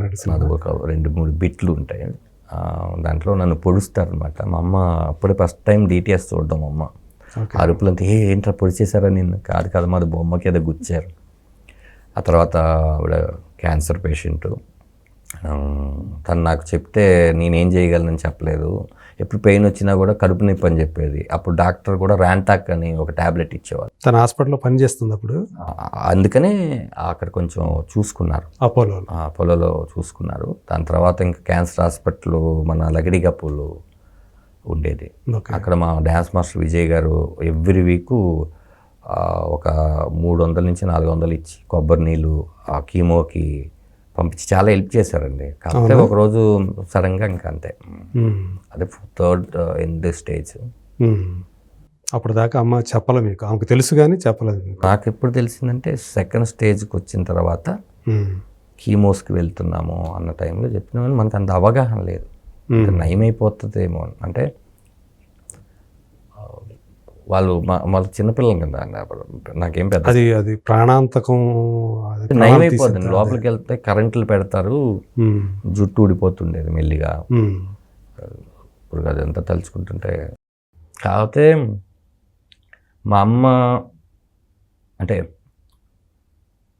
ఈ జర్నీ చాలామందిని చూస్తుంటాను కదా, నేను కారులో వెళ్తుంటాను, వాళ్ళ ఫాదరు మదర్ వెళ్తుంటారు, పిల్లలు ఎంజాయ్ చేస్తుంటారు. మా అమ్మ నాన్నకి ఫ్లైట్లో తీసుకెళ్ళి ఉండేవాడిని, లేకపోతే పలానా కంట్రీ చూపించేవాడిని. ఎక్కడో ఒక లారీ మా నాన్న తోలు ఉంటుంది, ఊళ్ళన్నీ తిరిగి ఉంటారు, అమ్మ ఎక్కడ తిరిగి ఉండదు. చాలా చాలా మిస్ అయిపోయాను అని చెప్పలేను కానీ సార్, ఎప్పటికీ తిరిగి రానిటువంటి ఈ బంధం అది కదా, అది ఎప్పటికీ తిరిగి రాదు. అది అంటే ఇప్పుడు కాకపోయినా నెక్స్ట్ కాకపోతే అనేది లేదు కదా. అది ఎప్పుడైనా అమ్మ వాళ్ళ కథ చెప్పేదే? చెప్పింది, గమ్మత్తుగా ఉంటుంది. కాదు మా అమ్మ వెళ్ళిపోతూ మళ్ళీ నాకు మా సిరి రూపంలో అమ్మ ఇచ్చెళ్ళింది అనుకుంటున్నాను నేను. మా సుక్కు పుట్టినప్పుడు మా నాన్న పుట్టేశాడు, నెక్స్ట్ అమ్మాయి ఏమో కమలమ్మ అని పేరు పెట్టుకుందాము అని అనుకున్నా. కట్ చేస్తే వాడు అబ్బాయి పుట్టాడు. అమ్మ చనిపోయిన తర్వాత అంతే కదా, మీకు పెళ్ళైందే చనిపోయిన తర్వాత. సో కాబట్టి మీరు మొదటి అబ్బాయికి అయితే సుక్కు రాము అని పెట్టుకున్నారు. సుక్కురాము, సుకుమారు ప్లస్ రాము. జగడం సినిమాకి గుర్తుంది అంతే కదా, మీకు జగడంతో పేరు వచ్చింది కాబట్టి ఆ ఇద్దరు పేర్లు పెట్టుకున్నారు. చిన్నాయనకి ఏమి పెట్టుకున్నారు? అలా ఏం లేదండి, రాజ్దీప్ అని వాడి జాతకం ప్రకారం 6D రావాలన్నారు. నాదేమో ధనరాజు DR 6D. ఓకే, అట్లా చేసాం. రాజ్దీప్ అని పెట్టారు. రాజ్దీప్, Dలో ధనరాజు, Rలో మా సుకురాంలో 6 ఉంటుంది, మా శిరీషలో ఇది ఉంటుంది. అంటే అవన్నీ చూసి మా ఆవిడ రాజ్దీప్ బాగుంటుంది అనిపించింది. ఇప్పుడు శిరీష్ గారి గురించి అయితే ఆమె డాన్సర్ అని తెలుసు నాకు, కానీ వాళ్ళ తరపు వాళ్ళు ఏంటి అసలు? ఆమె అంటే మీకు క్యాష్గా కాకుండా దుద్దులే తీసుకొచ్చి మీకు ఇవ్వటంలో అంటే తను కూడా కాదండి. తను యాక్చువల్లీ ఏంటంటే మాగంటి కాలనీ అని ఫిల్మ్ నగర్లో ఐడియా ఉందండి, దివాకర్ బాబు గారి ఇంటి ఎదురు. అక్కడ నేను ఒక ఇన్స్టిట్యూట్ పెట్టాను. అక్కడ క్లాసికల్ పిల్లలకి నేర్పించాలంటే మనకు ఓన్లీ ఆ ఫోక్, వాళ్ళకి డ్యాన్స్ రాదు కాకపోతే మనం డ్యాన్స్ మాస్టర్ అనుకునే వాళ్ళం తప్ప, వాళ్ళకి వస్తే మనం కూడా డ్యాన్స్ మాస్టర్ కాదు.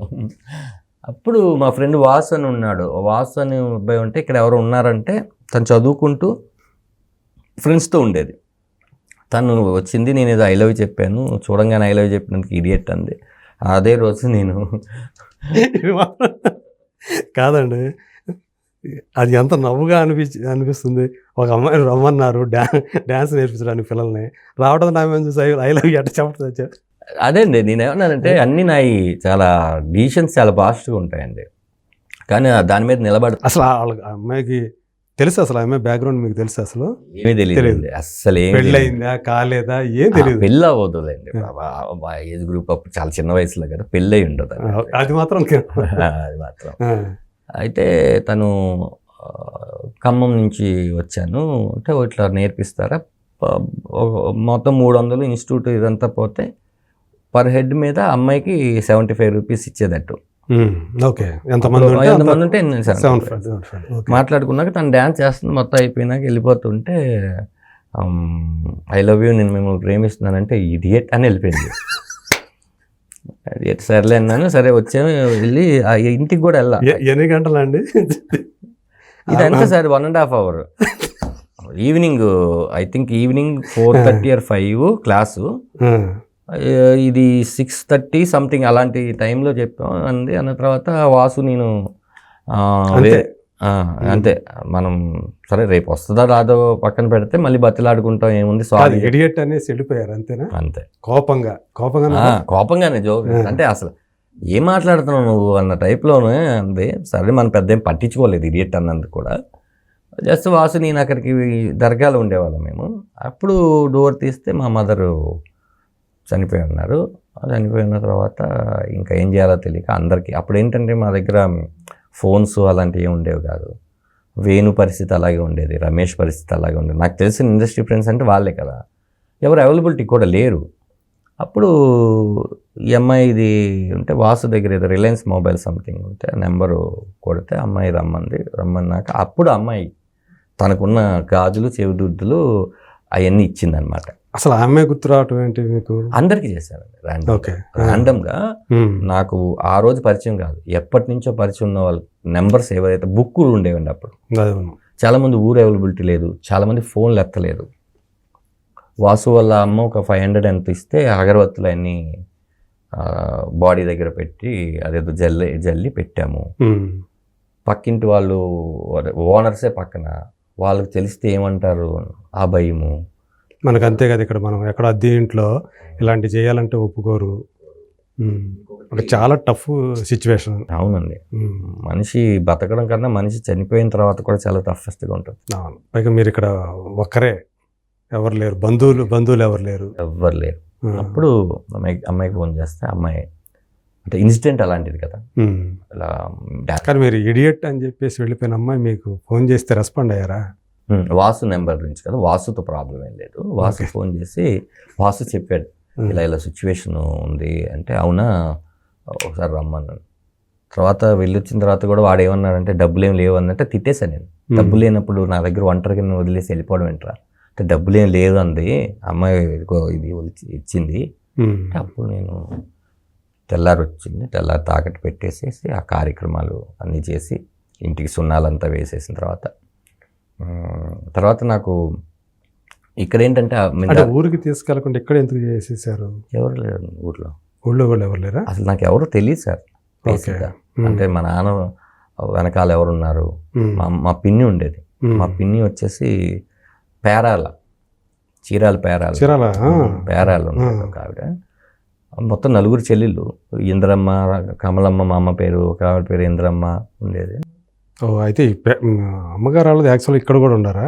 పేరాలలో ఉన్నారు, అక్కడ ఇచ్చినట్టున్నారు. అదే అక్కడ ఇచ్చారు, జంక్షన్ పిన్ని వాళ్ళు ఇచ్చారు.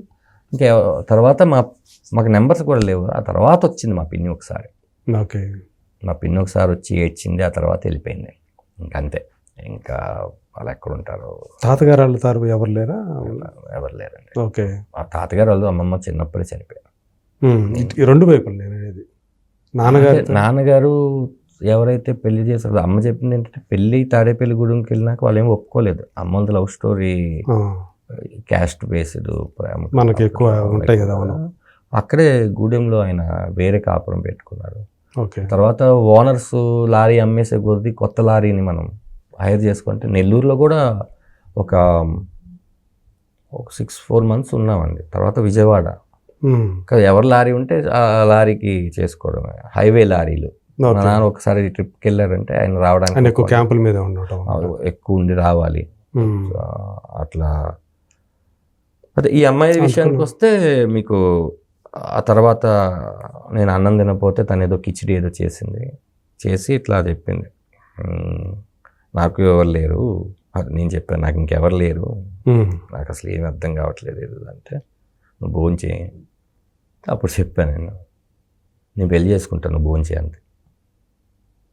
అప్పుడు ఓకే అని పెద్దమ్మ గుడిలోకి వెళ్ళి తాళి కట్టినాక మీకు ఆ రోజు అడిగా, మర్చిపోయాను నీకు ఫ్యామిలీ ఉంటుంది కదా అని. అప్పుడు దాకా తను ఫ్యామిలీ గురించి కూడా నాకు అది రాలా. అవును ఉన్నారు అని చెప్పి అప్పుడు మేము చెప్తే ఆ లిస్టు ఒక బలగం. ఓకే, ఇప్పుడు వాళ్ళ పెద్దకు ఫోన్ చేస్తే ఆవిడ సపోర్ట్ చేసింది, కానీ వాళ్ళ అమ్మ మాత్రం లేదు నా కూతురు చచ్చిపోయినట్టే. ఇంకా ఎందుకంటే మా క్యాస్ట్ వాళ్ళ క్యాస్ట్ కూడా మళ్ళీ మా అమ్మ నాన్నలాగే ఇక అయిపోతే ఇంకా నీళ్ళు పోసేసుకున్నా ఏవో చెప్పారు. సర్లే అని చెప్పి నేను అప్పుడు సినిమాలు కొంచెం స్టార్ట్ అయింది. జగడము, ఆ తర్వాత పరుగు రావడం, కొంచెం జనాల్లో గుర్తింపు రావడం, ఇలా జరుగుతున్న టైంలో ఒక రోజు అమ్మాయికి నొప్పులు వచ్చినాయి. నేను పెళ్లి కాని ప్రసాద్ అనుకుంటా ఒక సినిమా, నేను వేణు పద్మాలలో చేస్తున్నాం. ఇలా నరేష్ గారిది సాంగ్ ఎండింగ్. ఒక రాత్రి షూటింగ్ అయిపోతే ఇంకా వేణు బండి ఉండేది అప్పుడు. వేణు వచ్చి దించి వెళ్ళిపోయాడు. నేను చూస్తే పైన ఒక్కటే పెయిన్స్. అంటే మరి పక్కింట్లో ఎవరిని లేకపోయావా అంటే ఏం చేయాలంటే సర్లేని మా ఆవిడని పక్కన ఉన్న దర్గాలో ఉన్న హాస్పిటల్ అర్ధరాత్రి కొడితే వాళ్ళు తీశారు. తీసిన తర్వాత ట్రీట్మెంట్ అంతా అయినాక తెల్లారి ఫోన్ చేసి వాళ్ళ అమ్మలు ఇలా బాబు పుట్టాడు. అప్పుడు వచ్చేసి ఇంకా బాబుని చూసుకొని ఇంకేమీ మర్చిపోయింది. అలా ఇప్పుడు నాకు ఫ్యామిలీ అంటే ఎవరైనా ఉన్నారు అంటే మా వైఫ్ తరపు నుంచి అసలు మామూలుగా చూసుకోరు, అస్సలు మామూలుగా చూసుకోరు. మా తోడళ్ళు కానీ లేకపోతే మా మరదళ్ళు కానీ డెఫినెట్గా మళ్ళీ మా అమ్మేమో మా అమ్మని పెట్టి వెళ్తే మా నాన్నేమో మళ్ళీ ఫ్యామిలీని కలిపాడు అట్లా. సో ఇలాంటి చూడండి ఎన్ని కోణాలు అసలు మీ లైఫ్లో ఇవన్నీ కూడా తలుచుకుంటూ ఉంటే. కాకపోతే మీరు ఈ ప్రయోగాలు చేస్తున్నప్పుడు శిరీష మీకు అండగా నిలవటం, ఆమె అదే మీరు అన్నారు కదా నాకు హీరో అన్నారు కదా, సో ఎప్పుడైనా ఆమె ఏమైపోతాడు ఇట్లాంటివి చేస్తే మనం సంపాదించుకున్నంతా కూడా మళ్ళీ ఎందుకు ఇదైపోతుందేమో అని ఎప్పుడు ఆమె ఆ భయం వ్యక్తం చేయలేదా? డైలీ ఎప్పుడైనా డైలీ కాకపోయినా అండి ఒక హాఫ్ అన్ అవర్ ఆర్థిక పరిస్థితుల గురించి ముచ్చటించుకుంటాం కూర్చొని సరదా. వాస్తవ పరిస్థితులు చెప్తారా? ఆవిడ చెప్తారు, నేను చెప్తాను. చూడు ఇప్పుడు నెక్స్ట్ మంత్ కారు ఈఎంఐ 13,500, ఇంటి ఈఎంఐ 26,000, అంటే ఇంకా ఖర్చులు గిచ్చులు అంటే పోతే 65,000 ఆర్ 70,000. ఏంటి పరిస్థితి, బ్యాంకులో ఎంత ఉంది అంటే ఓకే అంటే ఇంకొక 7 months అది సరిపోద్ది. ఈ లోపల నీకేం వస్తుంది? నాకు ఈవెంట్లో ఒక పెళ్లి చేస్తున్నాను, దాంట్లోంచి ఇది వస్తుంది. ఓకే, ఆ తర్వాత నేను ఒక సినిమా చేయబోతున్నాను, అది నుంచి ఇది వస్తుంది. ఒక రైట్, ఇది ఇంత మాట, ఒక 6 నెలలు సెట్, అలా మాట్లాడుకుంటాం. సో ఆమె ఎప్పుడు ఆ పని మొదలు పెట్టారు, ఈవెంట్ మేనేజ్మెంట్ అనేది? నా సినిమా ఓపెనింగ్ కూడా తనే డెకరేట్ మొత్తం చేస్తే అప్పుడు కానీ వాళ్ళ అసిస్టెంట్లు చూసి ఏంటి నిన్నంతా ఎంతమంది ఉన్నారు నీ దగ్గర స్టాఫ్ అన్నా, తను క్విక్లీ అన్నారండి. అప్పుడు అంటే ఈ సినిమా స్టార్ట్ కాకముందే పెట్టుకుంది. ఓకే, కానీ అంత అగ్రెసివ్గా లేదు. అంటే ఆ పెట్టుకోవటంలో కూడా ఆమె ఉద్దేశం ఏంటి, కొంచెం తోడుగా ఉండాలనే లేకపోతే ఫైనాన్షియల్గా సపోర్ట్? అది కాదు, తను ఏంటంటే ఇంట్లో ఒంటరిగా కూర్చుంటే ఏమొస్తుంది, పిల్లలు కూడా పెద్దవాళ్ళు ఉన్నారు. ఇప్పుడు నేను కూడా అంటే అంతే ఉంటుంది కదండి, భార్యదే ఉంటుంది అంటే ఇద్దరం చేదోడు వాదుడుగా ఉంటే సరిపోతుంది కదా. కొంచెం పిల్లల్ని మంచి స్కూల్స్లోకి వేయడానికి ఉంటుంది, రేపొద్దున ఏదైనా వాళ్ళకి ఏదైనా పొలమో లేకపోతే ఏదో కొనడానికి ఉంటుంది కదా. నేను అసలు ఫస్ట్ నమ్మలా, కొడితే ₹1,00,00,000 డైరెక్ట్ అవుతాను సార్, ఏదో చేసుకో సరే. ఇక్కడ ఇంకొక మధ్యలో అడ్డుకోండి, ఇంకొక్కడ ఒక మీరు ఒంటరి వాళ్ళు కదా, తనకు అంత బలంగా ఉంది కదా, ఎప్పుడైనా ఆమెను మీరు అడిగారా, నువ్వు నన్ను ఏం చూసి నేను పెళ్లి చేసుకుంటావు అంటే ఒప్పుకున్నావు అని ఎప్పుడైనా అడిగారా? అంటే అలా అడగలేదు, మీరు చెప్పినట్టు అడిగితే ఏదో సింపతి అంటదేమో అని చెప్పేసి అడగలేదు. కానీ సింపతి కోసం పెళ్లి చేసేసుకుంటారా అంటే నేను బాధపడాల్సి వస్తుంది అదా, అందుకని నేను అడగలేదు. బేసిక్గా నేను అడిగా ఏంటి ఆ రోజు, నేను మనమేం అందగాడం కాదు అసలు ఫస్ట్ నేను అడిగాదు, అసలు నేను ఎలా పోషిస్తానో తెలియదు, అన్నగా అసలు ఏంటి, ఎందుకు నువ్వు ఓకే అన్నావంటే అదే ఆ రోజు చేసిన ఒక తప్పు ఎంత పెద్దదా అని అంటుంటానని జోక్ చేస్తుంటారు. నిజంగా చెప్పు ఏంటి అంటే, దాన్ని మనం పెళ్లి చేసుకుందాం, ప్రేమిద్దాం అన్నదానికి ఒక 100 ఆలోచనలు ఉండవు. ఆ టైంలో ఏమనిపించింది, మన ఎమోషను అదే అనిపించింది, నేను చేసుకుంటా అన్నాను. ఓకే, ఒకవేళ అది మనకి ఆ 3 రోజుల్లో కాకుండా ఒకవేళ 1 month అయి ఉంటే, మా ఇంటికి నేను వెళ్ళిపోతే వాళ్ళు ఒప్పుకోపోయి ఉంటాయి, లేకపోతే ఏదో జరిగేది. ఆ 3 రోజులు తను నా దగ్గరే ఉంది. ఆ ఇంటికి మేము పెయింట్లు వేయాలి, సున్నాలు వేయాలి, తను వేసింది, తెలియకుండా బాండింగ్ పెరిగింది. అంటే ఎలా ఉంటుందంటే అండి చెప్తాను, ఎంతగా మిమ్మల్ని నమ్మితే ఆమె, మీరు అవివాహితులు ఎవరో తెలియదు, అసలు మీకు తెలుసా మన ఆవిడ ఎలా పోషిస్తావు ఇయే కాదండి, మన ఇద్దరం పెళ్లి చేసుకుంటే ఏంటి పరిస్థితి అని కూడా అడగల.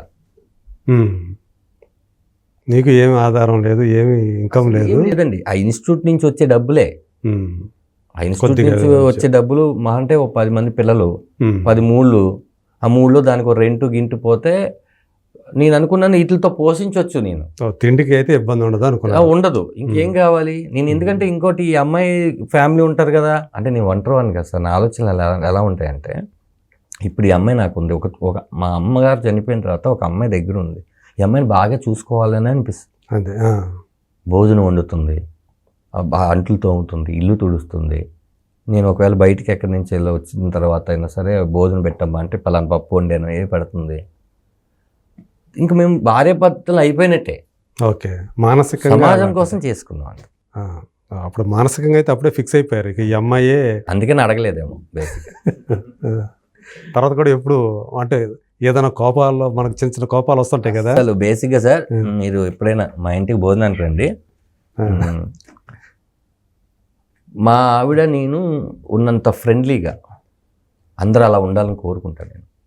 గొడవలు అంటారా ప్రతి ఇంట్లో ఖచ్చితంగా ఉంటాయి, కాకపోతే అవి మనల్ని అదేమంటారు ఇది చేసే గొడవలు కాదు. అంటే ఎలా మా ఇంట్లో ఎలా ఉంటాయంటే, కొంచెం అక్కడ పెట్టావా, అక్కడ పెట్టమని చెప్పాను కదా, ఇదే మా ఇంట్లో గొడవ.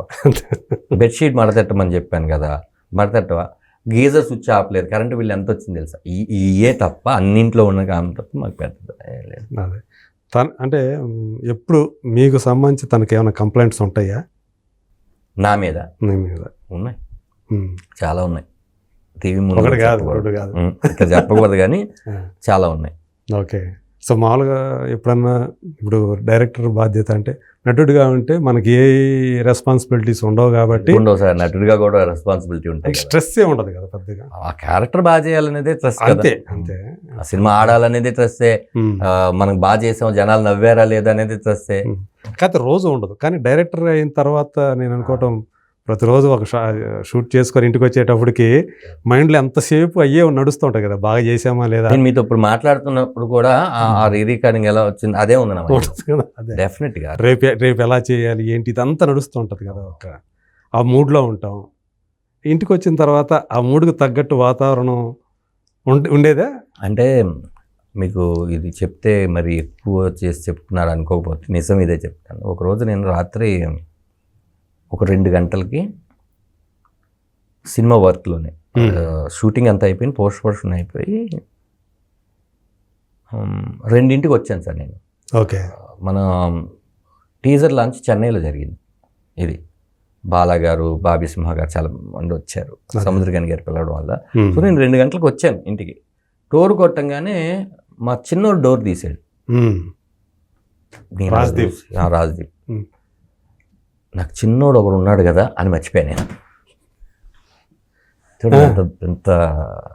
ఎంత స్ట్రెస్ అంటే మనం ఆకలేస్తే అన్నం తినాలి, లేకపోతే అన్నం గుర్తురాదు, అన్నం ఒకటి గుర్తురాదు. మనం ఇప్పుడు నిద్రపోవాలి, నిద్ర వస్తే నిద్రపోవాలి, అంతే అంతే. పొద్దున్న లేచి వెళ్ళిపోవాలి. అస్సలు ఇంట్లో నేను ఉన్నది చాలా తక్కువ అండి. ఈరోజు అంటే ఫ్యామిలీతో సండే కాబట్టి ఫ్యామిలీ టైం ఇస్తాను. ఇంకా అదేమైపోయిందంటే, ముందు నన్ను నేను కొంచెం ఇంట్లో పట్టించుకోవట్లేదు అనుకున్నా పర్లేదు, ఇది రిలీజ్ అయిన ఇది ఈ సినిమా చేసింది మీకోసం, మీకు అర్థం కావట్లేదు. ఆ తర్వాత బోల్డ్ అంత టైం ఉంటుంది మనకి, బాగా కేర్గా చేయాలి ప్రతి చిన్న విషయం. ఎందుకంటే తప్పులు ఎంచడానికి వచ్చే వాళ్ళు చాలామంది ఉంటారు. అవును, నేను అట్లీస్ట్ నాకు తెలిసిన తప్పులన్నా పూరించుకోవాలి. నాకు తెలియని తప్పు వాళ్ళు చెప్తే అవును కదా నేను ఆలోచించలేదని చెప్పడానికి ఉంటుంది, అట్లీస్ట్ నాకన్నా ఉంటుంది కదా, అవి కూడా చూసుకోవాలి. బట్ కాకపోతే అవునా సార్ అది నేను చూసుకోలేదని చెప్పొచ్చు. కానీ నిజమే సార్ నాకు తెలిసిందంటే నాకు టైం లేకపోవడం, దాని మీద కాన్సన్ట్రేషన్ చేయకపోవడం అనేది ఉండకూడదు కదా, అంతే.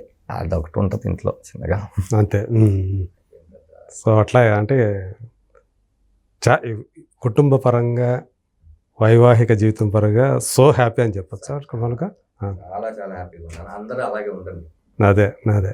సో కమింగ్ టు అక్కడి నుంచి కుటుంబం నుంచి ఇప్పుడు వస్తే, వేణు మంచి స్నేహితుడు.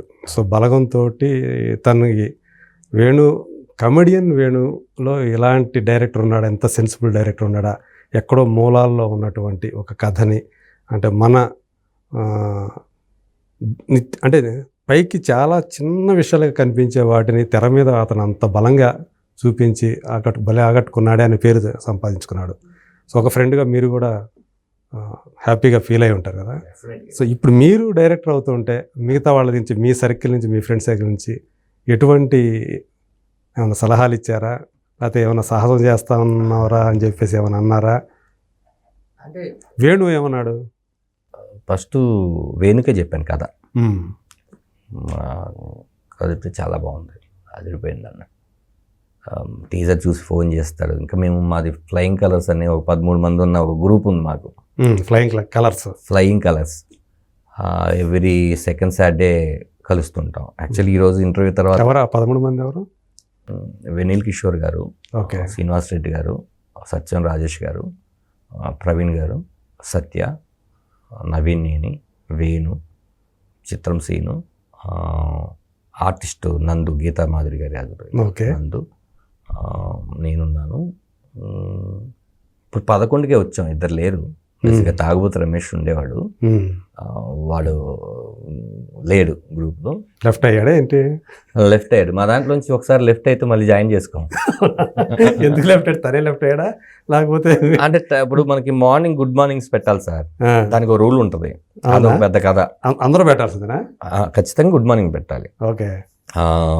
గుడ్ నైట్ పెట్టక్కలేదు, కానీ గుడ్ మార్నింగ్ ఫ్లయింగ్ కలర్స్ అని పెట్టాలి. ఎంతమంది మెంబర్లు ఉన్నారో అంతమంది పెట్టాల్సిందేనా? అదొక రూల్. అదొక రూల్. అంటే రూల్ అంటే మనం పెట్టుకునే కదా సార్ రూల్స్, మనమే బ్రేక్ చేయకూడదుగా. అదే ఒకరు బ్రేక్ చేశారనుకోండి అది. అయితే మాది కూడా ఇలాంటి ఒక గ్రూప్ ఒకటి ఉంది. అయితే మేము ఇవన్నీ చేయట్లేదు, కొంతమంది పెడుతున్నారు. అంటే ఏం లేదు సార్, ఇప్పుడు 100 మంది ఉన్నారనుకోండి, ఇది క్లమ్జీగా ఉండి ఉండదు. అందులో మీకు 10 మందో 20 మంది పెట్టినా అందరూ పెట్టినట్టు ఉంటుంది. ఉన్నదే 11 మంది 12 మంది. దాంట్లో పొద్దున్న మొబైల్ ఉంటుంది. మీరు గుడ్ మార్నింగ్ పెట్టలేదంటే అర్థం ఏమైంది మాకు ఏంటంటే, మీరు అందుబాటులో లేని నెట్వర్క్లో ఉండాలి. అది కాదు. దాని తర్వాత మెసేజ్లు వచ్చినాయి అనుకోండి, అది ఎందుకు పెట్టలేదు, ఇది కూడా ఉంటుంది అనమాట. ఉంటుంది కదా. ఏదైనా ఒక ఇష్యూని మనం లేవనెత్తినప్పుడు, అంటే ఇష్యూ అంటే సీరియస్ విషయాలు కాదు. అప్పుడు ఈ సండే అగ్నిమూర్తి గారిది మీది పార్టీ అండి, నెక్స్ట్ మంత్ సండే ఎవరిది, ధనరాజ్ది అనుకున్నప్పుడు కరెక్ట్గా పార్టీకి 2 రోజుల ముందు నాకు ఆ షూటింగ్ పడింది, ఈ షూటింగ్ అంటే షూటింగ్లే చేసుకోవాలి, షూటింగ్లే మనకు ఫుడ్ పెడతాయి. కాకపోతే నువ్వు 1 మంత్ టైం ఫ్యాన్లో ఆ డేట్ని ఎందుకు అడ్జస్ట్ చేసుకోలేకపోయావు? 2 సెకండ్ సాటర్డే ఎందుకు పెట్టుకున్నావు? షూటింగ్లో ఉండవు. బేసిక్గా మనం ఎక్స్క్లూజ్ చేసేది ఎవరెవరిని? అవుట్డోర్ ఉందనుకోండి, అది కాంబినేషన్, మనం ఏం చేయలేము. 2 మన పార్టీ అంతా కూడా ఈవినింగ్ 6 తర్వాతే ఈ పాటికి అయిపోతుంది. Second Sunday double call sheet పెట్టుకుని చాలా అరుదుగా, ఎవరు చేయరు. కాబట్టి అన్నిటికీ వెసులుబాటు ఉండి 1 మంత్ నుంచి మనం మాట్లాడుకుంటున్నాం. ఇది ఎలా ఉంటుంది? మా ఇంటి నుంచి ఫుడ్ వస్తుంది అనుకోండి, మీ ఇంటి నుంచి ఐస్ క్రీమ్స్, మా ఆయన నుంచి ఇంకో కర్రీ, ఈ నుంచి ఇంకోటి, అట్లా గ్యాదర్ చేసుకుని పోట్లాక్ చేసుకుంటాము. ఓకే. ఒకసారి మీరే హోస్ట్ అనుకుంటే మొత్తం మీరు ఖర్చు పెట్టుకుంటారు. మీరు ఎక్కడ ప్లేస్ చెప్తే మేము అక్కడికి వస్తాం. నేనే హోస్ట్ అంటే అట్లా రకరకాలుగా జరుగుతుంది. ఒక డ్రెస్ కోడ్ ఉంటుంది, ఒక పద్ధతి ఉంటుంది. వైట్ షర్ట్ బ్లాక్ ప్యాంట్ అంటే అందరూ వైట్ షర్ట్ బ్లాక్ ప్యాంట్లో వస్తాం, అది కూడా ఉంటుంది. చాలా చాలా నీజ్. అలాంటప్పుడు ఇంత సిన్సియర్గా ఉన్న గ్రూప్లో ఏదైనా చిన్నది జరిగినప్పుడు అట్లా అవన్నీ మళ్ళీ కామన్గా అందరం మాట్లాడుకుంటాం, కానీ గ్రూప్లో మాత్రం అట్లా. ఓకే. సో వీళ్ళందరి నుంచి కూడా మీకు అందరికీ ముందే కథ చెప్పాను, అంటే కొంతమందికి చెప్పలేదు. మంచి మంచి పాజిటివ్గానే ఉంది. నాకు ఇంకా ధైర్యంగా చెప్పారు, బయట చాలా పాజిటివ్గా ఉంది ధనరాజ్ అనేది. చాలా సెట్లో మాట్లాడుతుంటాం కదా, మీ ఎవరు సినిమా ఎప్పుడని అడుగుతున్నారు ఏంటి అని. అందరికి సినిమా చూపించిన తర్వాత రిలీజ్ చేస్తాను అని చెప్పి. ఎప్పుడన్నా అంటే ఒక స్టార్టింగ్లో మనం చాలా మాటలు పడతాము, కెరీర్లో కావచ్చు, జీవితంలో కావచ్చు. కొంత ఎదిగిన తర్వాత కూడా ఇలాంటి మాటలు పడాల్సి వచ్చితే, ఏమైనా ఎదురు దెబ్బలు తగిలితే మనసుకి కష్టం అనిపిస్తూ ఉంటుంది కదా. అలాంటివి ఈ మధ్య కాలంలో కూడా మీకు జరిగినాయి అట్లా? ఎందుకు సార్ మనం దెబ్బలు తగలాలనుకుంటే ఇప్పుడు ఈ వీడియో కింద కామెంట్ చూసినా దెబ్బలు తగిలినట్టు ఉంటాయి. అవి మనం అవాయిడ్ చేసుకోవచ్చు. నేనేమంటున్నాను, మనకి అందులో మళ్ళీ మంచి ఉంటుంది, చెడ్డ ఉంటుంది, రెండు ఉంటాయి. ఎందుకంటే ఈ మధ్య సోషల్ మీడియాలో ట్రోలర్స్ ఎక్కువ కదా. అవును అవును. ఆ, నేనేంటంటే వాటి గురించి కాదండి, బేసిక్గా ప్రతిరోజు పొద్దున్న నిద్రలేసినప్పటి నుంచి రాత్రి పడుకునే వరకు ఓ మంచి మాట ఓ చెడ్డ మాట వింటూనే ఉంటాం సార్. కరెక్ట్. మంచే వినాలని ఉంటే ఈ ప్రపంచంలో ఎవరి వల్ల కాదు, చెడ్డే వినాలనుకున్నది ప్రపంచంలో ఎక్కడో తెలియకుండా మన తప్పో అవతల వాళ్ళు మనల్ని మిస్అండర్స్టాండింగ్ చేసుకునే విషయమో తెలియకుండా జరుగుతుంటాయి సార్. అవును. అలానే భారీ అవమానాలు, అయ్యో బాబాయ్ నన్ను ఇలా అనేసరి ఉండదు. ఇప్పుడు మనం కింద వెళ్తుంటే కారు ఎవరో అనవసరంగా పార్క్ చేస్తుంటారు, నేనేం మీ ఇంటర్వ్యూకి రావాలి, వాచ్మెన్ పిలిచి ఎన్నిసార్లు చెప్పాలి కారు అంటాం, అది మా మిస్సెస్ కారే ఉండొచ్చు. అదే రిగ్రెట్ ఇప్పుడు కింద మనకు జరిగినట్టు. రిగ్రెట్ అవుతూ ఉంటాం సార్. కాకపోతే ఏంటంటే సార్, వయసు పెరిగే కొద్దీ మనం కొన్ని పద్ధతులు మార్చుకోవాలి సార్. అంటే మా యంగ్ ఆ రక్తం ఏదైతే కొన్ని చేపిచ్చేస్తుంటాయి, అవును, వాటికి ఇమీడియట్గా రెస్పాండ్ అయిపోతుంటాము. గొడవలైనా సరే చూసుకోవచ్చు అనుకుంటాము. అప్పుడు ఏంటంటే సార్, మనం రాత్రి 2 గంటలకు 3 పడుకున్న పొద్దున 5 గంటలకు లేచేస్తుంటాం. ఇప్పుడు కరెక్ట్గా 8 hours స్లీప్ పడుకోకపోతే మనిషికి కాలేకపోతే ఏంటబ్బా ఏజ్ వచ్చేస్తుంది. ఇలా ప్రతిదీ మనం వయసు అనుభవం లాగే తీసుకుంటూ వెళ్ళాలి సార్. అప్పుడెప్పుడో ఒక జరిగిన మాట ఇప్పటికి అది పెద్దదైపోద్ది. కరెక్ట్. అందుకని నేనేంటంటే సార్, ఒకటి పద్ధతి నేర్చుకున్నది ఏంటంటే, మనకి సంబంధం లేని ఏ విషయంలోనూ మనం వెళ్ళకూడదు. 2, ఒక మాట మాట్లాడేటప్పుడు ఆచి చూసి ఖచ్చితంగా మాట్లాడాలి. ఇది ఈ రోజుకి నీకు ప్రాబ్లం కాకపోయినా భవిష్యత్తుకి ఇదే ప్రాబ్లం అవుతుంది. ఏముంది సార్, ఒక మాట టక్మని అనేస్తే అప్పుడు వినేవాళ్ళు కూడా హే భలే అన్నాడే అనుకోవచ్చు. కానీ సార్, అలాంటి పరిస్థితి నీకు వచ్చినప్పుడు ఇది వెనక్కి వస్తుంది, ఇది అక్కడికి వస్తుంది. ఎప్పుడైనా మీకు ఇలాంటిది అంటే మీకు బాగా సన్నిహితులు అనుకున్న వాళ్ళు దూరం అయిపోయిన సందర్భాలు ఏమైనా జరిగినాయా? అరే వీళ్ళని మనం దూరం చేసుకున్నామనే ఎప్పుడైనా జరిగింది? నా విషయంలో సార్, అంటే అది నేను చెప్తే కొంచెం అతిలా ఉంటుందేమో, నాతో వన్స్ ఫ్రెండ్షిప్ చేసినోడు ఎవరు కూడా నన్ను వదులుకోవాలనుకోరు సార్. That is Dhanraj. డెఫినెట్గా సార్, నా గురించి మీరు ఎవరిని అడిగినా కూడా అమ్మో వాడా అసలు అంటారు. వాడితో ఉంటే చాలా సరదాగా ఉంటుంది. అలాగే స్నేహం కోరుకోవాలని, ఎందుకంటే నేను ఒంటరిగా ఉన్నాను కదా సార్, ఒంటరితనం నుంచి వచ్చాను కదా, నాకు చాలా మంది కావాలి, నేను ఎందుకు వదులుకుంటాను. ఒక నటుడిగా మీరు ఇక్కడ మీరు నిలదొక్కుకోవటంలో కానీ ఒక కెరీర్ ఏర్పడటంలో మీకు బాగా సపోర్ట్గా నిలిచిన వాళ్ళు ఎవరు అంటే ఎవరి పేర్లు చెప్తారు? అంటే ఒక్కొక్క విషయంలో ఒక్కొక్కరు సార్. అంటే ముందు మా ఆవిడ సపోర్ట్ చేయకపోయి ఉంటే నేను ఉండేదాన్ని కాదు. సుకుమార్ గారు జీవితంలో పెద్ద విషయం అది. తర్వాత సుకుమార్ గారు, రామ్ గారు, మా ఆవిడ డెలివరీ టైంలో చేసిన ఒక అమౌంట్ విషయం, అది లేకపోతే ఈరోజు మా సుక్కు ఉండేవారు కాదు. అవునా? అందుకనే మా అబ్బాయికి ఆ కృతజ్ఞతలు నా మొదటి సినిమాని సుక్కురామ్ అని పేరు పెట్టుకుంటే. అప్పుడు ఆ టైంకి మీకు దగ్గర డబ్బులు కూడా లేవా? డబ్బులే ఉంది. రామ్ గారు పిలిచి నాకు 10,000 ఇచ్చారు. 10,000 అంటే చాలా పెద్ద అమౌంట్ అది ఆ రోజుల్లో, జగడం టైం. తను కూడా అప్పుడే బడ్డింగ్ హీరో అనుకోవాలి కదా. అతను రెండో సినిమానా మూడో? కొంచెం తను కొంచెం ఇచ్చే పొజిషన్లో ఉండొచ్చు, కానీ నాకు ఇవ్వాల్సిన అవసరం లేదు. అవును, జగడం అనే ఒక సినిమాతోనే కదా సార్ పరిచయం. అంతే కదా, ఒక్క మూవీ. ఆ 10,000 వచ్చి ఇంకో అవసరం ఏదైనా ఉంటే డ్రైవర్ రమేష్ అని ఉండేవాడు, రమేష్ ఫోన్ చేయి ఎప్పుడైనా తీసుకొని వెళ్ళి డబ్బులు అని చెప్పాడు. సుకుమార్ గారు ఆయన అమౌంట్ ఇచ్చేసే ఆయన తర్వాత ఇచ్చింది పెళ్లి రోజుకి. ఓకే, 1 year అయిపోయిన తర్వాత పెళ్లి రోజుకి ఇగో బట్టలు తీసుకో, అమ్మాయికి పట్టీలు సంవత్సరం అయినప్పుడు పట్టీలు తీసుకోవాలి. ఇప్పుడు ఇక్కడ నేను వేసుకున్న చైన్ కూడా సుకుమార్ గారికి ఇచ్చింది. అవునా? నాకు ఇవ్వలేదు. వాడు మొదటి పుట్టినరోజుకి సుక్కుకి వేసాడు. సుక్కుకి వేస్తే ఇది నేను తీసుకుని వాడికి ఇంకోటి కొని ఇచ్చా. ఓకే, ఇది నా దగ్గర ఉండాలి, నా దగ్గర ఉండాలిరా ఇది అని చెప్పి ఈ చైన్ ఇది 2-3 సార్లు ఎక్కడో పోతే చాలా విలువలు ఆడిపోయింది, మళ్ళీ దొరికేసింది. అంటే ఇంట్లోనే ఎక్కడో ఎడం చేత్తో పెట్టి మర్చిపోతా ఉంటాం కదా, అట్లా జరిగింది. ఎవరండి సుక్కుకి ఇచ్చింది మీరు వేసుకుంటున్నట్టు? ఒరిజినల్ సుక్కుకి తెలుస్తుందేమో, కలుస్తూ ఉంటా కదా. అది ఇంకొకటి ఏంటంటే, ఇలా ప్రతి స్టేజ్లో నన్ను ఒక్కొక్కరు ఆదుకున్న వాళ్ళే ఉన్నారు.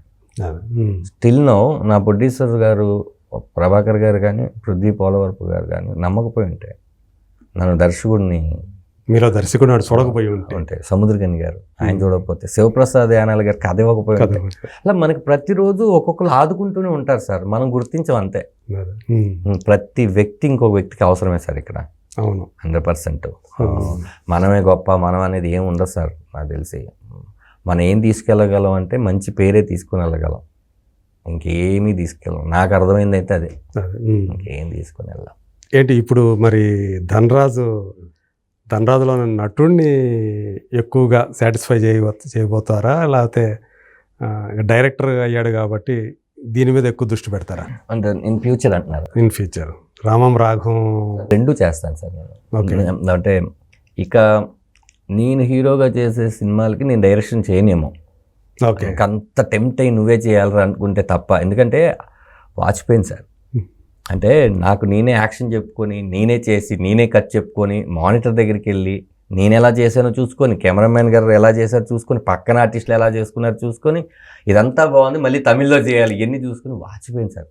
సైమల్టేనియస్గానే తమిళ్లో కూడా చేశారా? షార్ట్ తమిళ్ అయితే ఒక షార్ట్ తెలుగు. ఓకే, ఒక 80% వి షూట్ ద తమిళ్.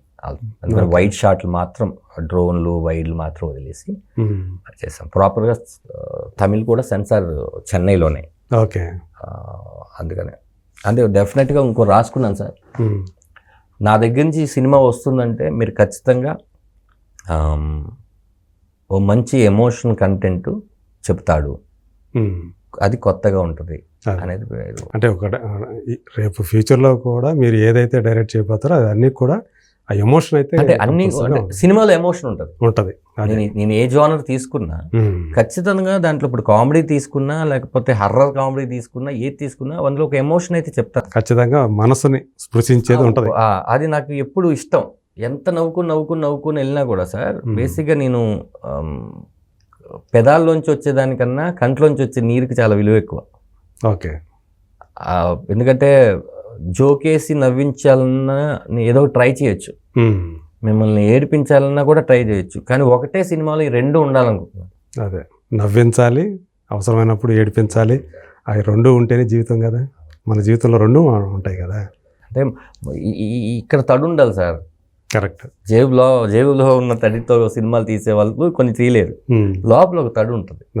వాళ్ళు ఖచ్చితంగా ఇలాంటి మంచి సినిమాలు చేయాలి. ఏం చేసేవరా నువ్వు, డైరెక్షన్ ఎందుకు దిగేవరా అంటే చెప్పుకోవడానికి నాకన్నా ఒక 4 సినిమాలు ఉండాలి. అన్ని మాత్రం పెట్టుకున్నారన్నమాట అట్లా.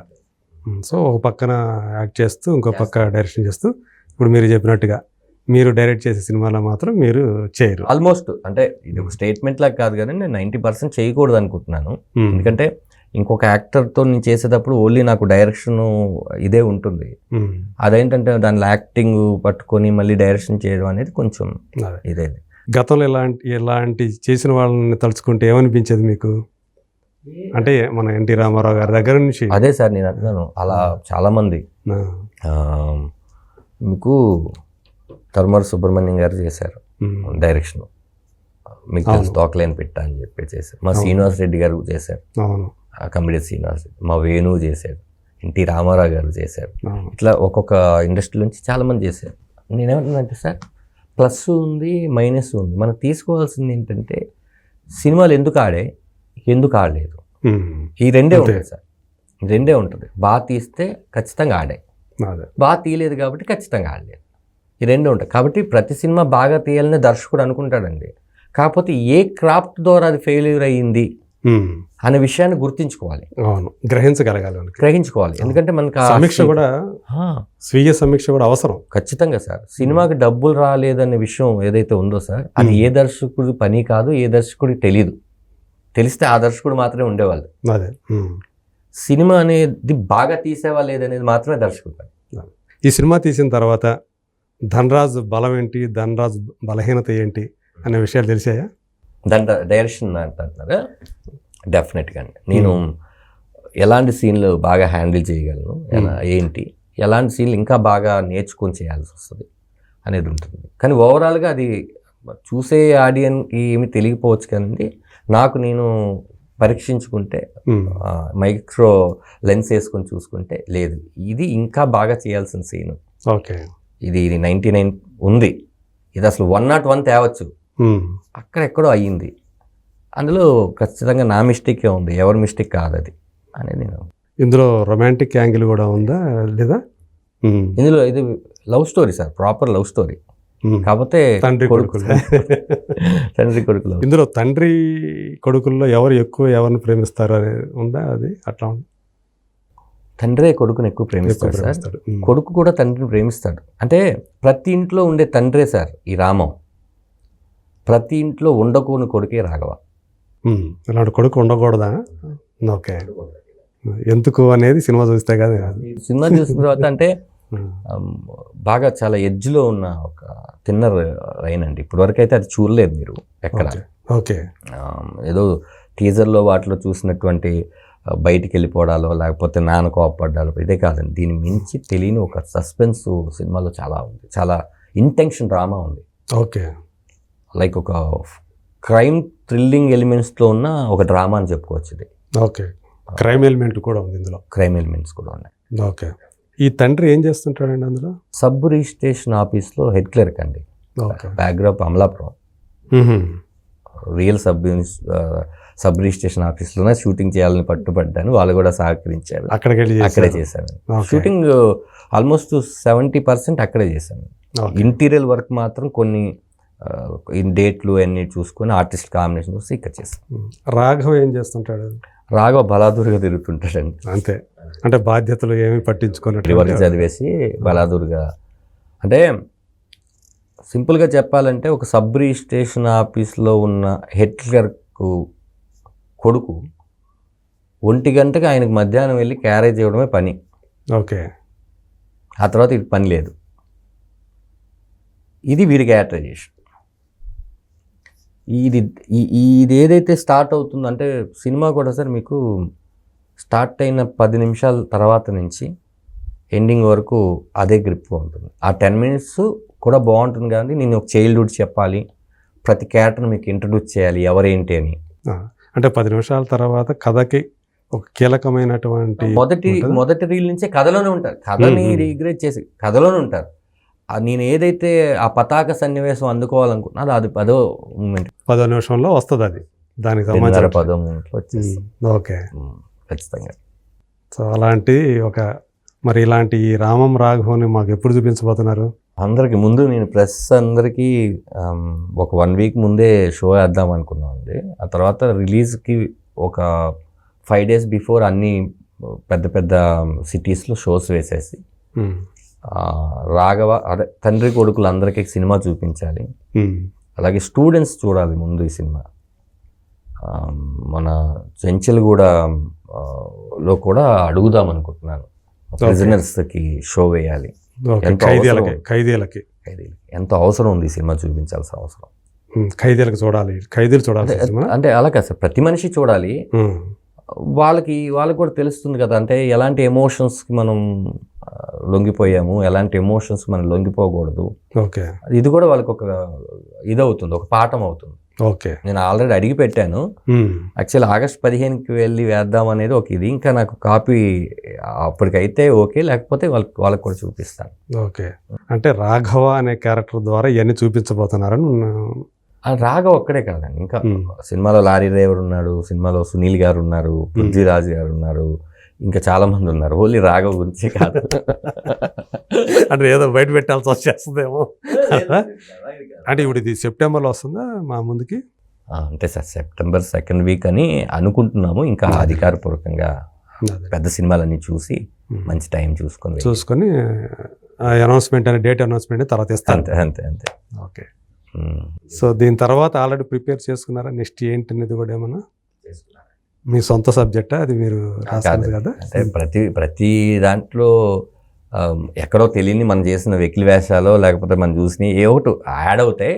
ఇప్పుడు మీ దగ్గర నుంచి కొన్ని నేను తీసుకొని వెళ్ళి ఉండొచ్చు, తన దగ్గర నుంచి కెమెరామెన్ గారి దగ్గర నుంచి కొన్ని తీసుకొని వెళ్ళి ఉండొచ్చు ఎక్కడో, కానీ ఒక వాల్యూ ఉంటుందండి. అంటే ఖచ్చితంగా రెండో సినిమా కూడా చాలా మంచిగా అది చేసామంట. ఓకే, అది కూడా ఒక ఎమోషనల్ కంటెంట్తో ఉండే సినిమా. అదంటే ఇంత ఎమోషన్ కంటెంట్ కాదు, అది సరదాగా ఉన్న దాంట్లోనే ఒక ఎమోషన్. అదే కొంచెం అదే వేరే ఇంకో కోణంలో వచ్చే సినిమా అనుకోవచ్చు. కోణం అంటే మరి ఇది రిలీజ్ అయిన తర్వాత మీరు చెప్పాలి, అది ఆ కోణంలో ఉందా లేకపోతే ఏంటని. అదేలే. నాకు బేసిక్ ఏంటంటే సార్, ఒక కథని స్ట్రైట్గా నేరేట్ చేసే దాంట్లో ఉన్న కిక్ కన్నా ఒక కథని ఆపి ఇంకో చోట మొదలెట్టి ఆ కథలోని బాగా ఇక్కడ తీసుకురావడం అనేది నాకు చాలా ఓకే, నాన్ లీనియర్ వెళ్తూ చేయడం అనేది ఇంట్రెస్ట్ అనమాట. సో అట్లా మిక్సప్ చేసి బాగుంది. సో మీరు చాలామంది పెద్ద ఆర్టిస్టులతో చేస్తుంటారు కదా, వీళ్ళ ఆశీస్సులు కూడా ఉండయా, మీకు ఆశీర్వాదాలు ఉండయా? డెఫినెట్గా సార్. అంటే నేను ఇంకెవరిని వెళ్ళి కలవలేదు, ఇంకా వెళ్ళి కలవాలి. ప్రమోషన్స్ ఉన్నాయి, ఇంకా టీజర్ ట్రైలర్ లాంచ్ ఉంది. ఒక్కొక్కరిని వెళ్ళి కలిసి అందరినీ కూడా సినిమా చూపించాలనే తాపత్రయం. అంటే లాస్ట్ 20 నిమిషాలు ఖచ్చితంగా కంట్లో నీళ్ళు ఉంటాయి సార్, అదైతే ప్రామిస్ చేస్తాను. ఓకే, ఏడిపించబోతున్నారు అయితే. అంటే ఒక ఎమోషన్ తోటి కదిలించబోతున్నారు. ఎమోషన్గా కదిలించడం పక్కన పెడితే కొన్ని ఏంటంటే సార్, మనం థియేటర్కి వెళ్తాం, సినిమా ఇంటికి రాదు, కానీ ఇది మనతో పాటు వచ్చేస్తుంది. ఓకే, మనతో పాటు నడిచి వచ్చే సినిమా అనమాట అయితే. అవునవును. అంటే ఈ సెన్సార్ స్క్రిప్ట్ రాస్తారు కదండి, వాళ్ళకి ముందే మనం సినిమా పంపిస్తాం స్క్రిప్ట్ రాయడానికి. అంటే చాలా కాంప్లిమెంట్స్ వచ్చినాయి. అండ్ దాంట్లో రాత్రి 2 అయిందండి స్క్రిప్ట్ పూర్తయ్యేసరికి. ఎప్పుడు పొద్దున్న వద్దో మీతో మాట్లాడదాం, నాకేం అవసరం లేదు బేసిక్గా మీతో మాట్లాడడం, నాకెందుకో మా నాన్నకి ఫోన్ చేయాలనిపించింది రాత్రి 2ంటికి. ఓకే అండి, అలా చాలామంది చేస్తారనిపిస్తుంది సార్. అదే అండి నా ఇది. సో అక్కడే సక్సెస్ అయిపోయారు ఇక్కడ. అంటే అది 1-to-1 ఒపీనియన్ కదండి. బేసిక్గా ఏంటంటే ఈ విషయం రేపు రిలీజ్ అయినాక నేను అనుకున్నది ఏదైతే అందరు చెప్పారంటే అది నాకు చాలా మంచి బ్లెస్సింగ్. ఖచ్చితంగా చిన్నవి ఉంటాయండి ఫ్యామిలీస్లో, ఇంకా అవి చాలా చిన్నవి, బయటన అవి పెద్దవి. కానీ ఆ పొర ఏదైతే ఉంటుందో, ఆ చిన్న పొరని అలా జరిపేస్తే అయిపోయేదానికి ఆ పొరని పెట్టుకొని చాలా చేస్తుంటాం. అవును, ఆ పొరను దాటేస్తే కనుక ఎవరికి వాళ్ళు మనం దాన్ని అహం అంటాం కదా, అది పెట్టుకొని మనం అంతా కూడా నేనెందుకు తగ్గాలి అని చేస్తాం. బాలకృష్ణ గారు ఇండస్ట్రీకి వచ్చి 50 సంవత్సరాలు పూర్తవుతున్నాయి. సో ఆగస్టు 30వ తేదీతోటి ఆయన తాతమ్మ కళ అని ఒక సినిమా చేశారు 50 ఏళ్ల క్రితం, 1974లో. సో బాలయ్య ఈ 50 సంవత్సరాలు పూర్తవుతున్న సందర్భం ఆయన గురించి చెప్పాలంటే ఏం చెప్తారు మీరు? నేను ఆయనతో ఒకే ఒక సినిమా యాక్ట్ చేశానండి. సినిమా పేరు రూలర్. ఓకే, మీరు నమ్ముతారో లేదో, చాలామందిలో ఉన్న అపోహ నాకు కూడా ఉండేది అప్పటిదాకా. అంటే మనం ఏదైనా అడగకుండా మాట్లాడితే ఏమన్నా అనుకుంటారేమో, లేకపోతే తిడతారేమో. నేను ఎలా నేను శ్రీనివాస్ రెడ్డి గారు, రఘుబాబు గారు కాంబినేషన్ అండి. కేఎస్ రవికుమార్ గారు డైరెక్టర్. బ్యాంకాక్లో shooting sir. నేను వెళ్ళంగానే పైన టిఫిన్ చేస్తున్నాను, ఆయన వచ్చారు. ఇంకా వెళ్ళలేదా అన్నారు. అనగానే నాకు అంటే మా వాళ్ళు అందరు వెళ్ళిపోయారు. నేనేంటంటే పక్క హోటలే కదా, ఒక బండి పెడతారు. మీకు ఎలా ఉంటుందంటే యుఎస్ కానీ లేకపోతే ఇలాంటి షూటింగ్స్కి వెళ్ళినప్పుడు అందరూ కలిసి ఒక బస్సులో వెళ్ళాలి, కోఆర్డినేట్ చేసుకోవాలి. నేను పక్కనే కదా, నాకు తెలిసిపోయింది అది 2వ రోజు. అంటే నేను సార్ ఆ టిఫిన్ తినేసి వెళ్ళి తప్పే ఉందన్నారు. అదేంటి, దాని తర్వాత లొకేషన్కి వెళ్ళిన తర్వాత భోజనం చేస్తుంటే నేను పొద్దున్నే 4ంటికి వెళ్ళి లేచిపోతాను, అందుకని బ్రేక్లో నేను ఒక ½ అవర్ పడుకుంటాను అన్నారు. ఓకే అని, నిద్ర వస్తుందా అని చెప్పి నన్ను పక్కన పడుకోవచ్చాను. 2 పోయినాయి. ఆ తర్వాత నుంచి చెప్పకూడదు సార్, అసలు ఆయన చూసి పెరిగాము సినిమాలు. నేను చిరంజీవి గారి అభిమాని బేసికల్గా. నేను అలా చూస్తూ ఉంటే ఆయన సరదాగా కార్డ్స్ ఆడదామన్నారు. కార్డ్స్ ఆడి ఈ లోపల వసుంధర గారు అండ్ అందరూ వచ్చారు. ధనరాజ్ అని, అంటే నాకెందుకు తెలియదు అంటే నేను జబర్దస్త్ చేస్తాను. నేను నీకు తెలుసు, మీ ఇంట్లో నన్ను చూశారనమాట. చాలా ఉప్పొంగిపోయాను సార్. అంటే ఎంత చిన్న పిల్లోడిలాగా ప్రవర్తించారంటే ఆయన. అదే. ఆ, అప్పుడు ఆవిడ అన్నారు, బాబు ఆయనకు కొంచెం కోపం ఏమన్నా అంటే అంటే నేను కోపపడ్డాను ధనరాజ్, చూడు నా మీద ఎలాంటి అపోహ వేస్తుంది అని కూడా అన్నారు ఆయన. లే సార్, నేను అసలు అలా అనుకుంటారు ధనరాజ్, ఇప్పుడు ఎలా ఉంటుందంటే కలిసే వరకు తెలియదు కదా. అవును సార్, అసలు వెళ్ళే రోజు ఎయిర్పోర్ట్లోనే షూటింగు. ఆయన సార్ మాకన్నా ఒక అసిస్టెంట్ ఉన్నాడు సార్ అక్కడ, కాబట్టి మేకప్ మెన్ వాళ్ళు రానివ్వలేదు. ఆయనకు ఒక మేకప్ మెన్ సార్, ఆయన సంచి ఆయనే తీసుకొచ్చి ఎయిర్పోర్ట్లో సార్ లుంగి ఒకటి తెచ్చుకొని డ్రెస్ అక్కడే మార్చుకొని మొత్తం అంతా వేసుకొని ఆయన మొత్తం అంతా సెట్ చేసుకొని వచ్చి రెడీ అన్నారు సార్. మాకు సిగ్గు అనిపించింది, మనం ఎక్కువ సార్ ఆయనే. మీకు అక్కడ ఏమైనా నిద్ర వస్తే అక్కడే పడుకుంటారు ఆయన. ఆయనంత సింపుల్గా నేను అంటే పెద్ద హీరోలతో వర్క్ చేసింది నేను, సింప్లెస్ట్ మ్యాన్. నేను అసలు వామ్మో ఏంటి అని వెళ్ళేటప్పుడు వెళ్తాను. దాని తర్వాత ఇంకా దాని ముందు మర్చిపోయాను, శ్రీమన్నారాయణ చేశారు. ఓకే. అప్పుడు ఇంత ర్యాపో లేదు, ఎందుకంటే నాది ఒక సీనే, ఒక సీన్ మాట్లాడేసాము అంతా అయిపోయింది. ఆ తర్వాత రోలర్లో చేశాను అనమాట. వెళ్ళిపోయేటప్పుడు జాగ్రత్త, ఆల్ ది బెస్ట్ అని చెప్పారు. ఓకే అని చెప్పాను. ఒకసారి అదిరింది షూటింగ్ ఏదో 7 ఏకలు జరుగుతుంటే ఆయనది సాంగ్ జరుగుతుంది, జై బాలయ్య సాంగ్ జరుగుతుంది. ఆయన అక్కడ ఉన్నారు, సార్ బాగున్నారా అని అనగానే, బాగున్నా ఏం జరుగుతుందంటే హిట్, నేను కూడా వస్తా కొద్దిసేపు తర్వాత అన్నాడు. ఓకే సార్, చాలా గోల్డ్ ఆర్ట్ అండి, ఆయన అర్థం చేసుకుంటే కనుక చాలా మంచివాడు. ఇవన్నీ ఏంటంటే సార్ ఫైనల్గా నేను చెప్పొచ్చేది ఏంటంటే సార్, ఎవరైనా కూడా మనకి పరిచయం అయ్యి మనతో బిహేవ్ చేసిన విషయమే చెప్పాలి సార్. అవును, మిగతా ఏది వాళ్ళని విన్నారు, కన్నాను, చూశాను, ఇవన్నీ కూడా అలా అంట కదా, ఇలా అంట కదా అంటే అలా ఇలా అంటుంటే ఎన్నైనా చెప్పొచ్చు సార్. కరెక్ట్. మరి అవి మాత్రం బాలయ్య గురించి మనకి బయట వినిపించే ఎన్నో ఉంటాయి. మనం ఆయన దగ్గరికి వెళ్ళి ఆయనతో మాట్లాడి ఆయనతో కాసేపు గడిపిన తర్వాత ఏంటనే తెలియదు, నాకన్నా ఎక్కువ మీకే తెలిసి ఉంటుంది కదా. సో ఆ స్వీయ అనుభవం అనేది తెలిసిన తర్వాత అరే మనం విన్నదానికి మనం చూసిన దానికి ఎక్కడ సంబంధం లేదా పొంతం లేదా అని అనిపించుతుంది.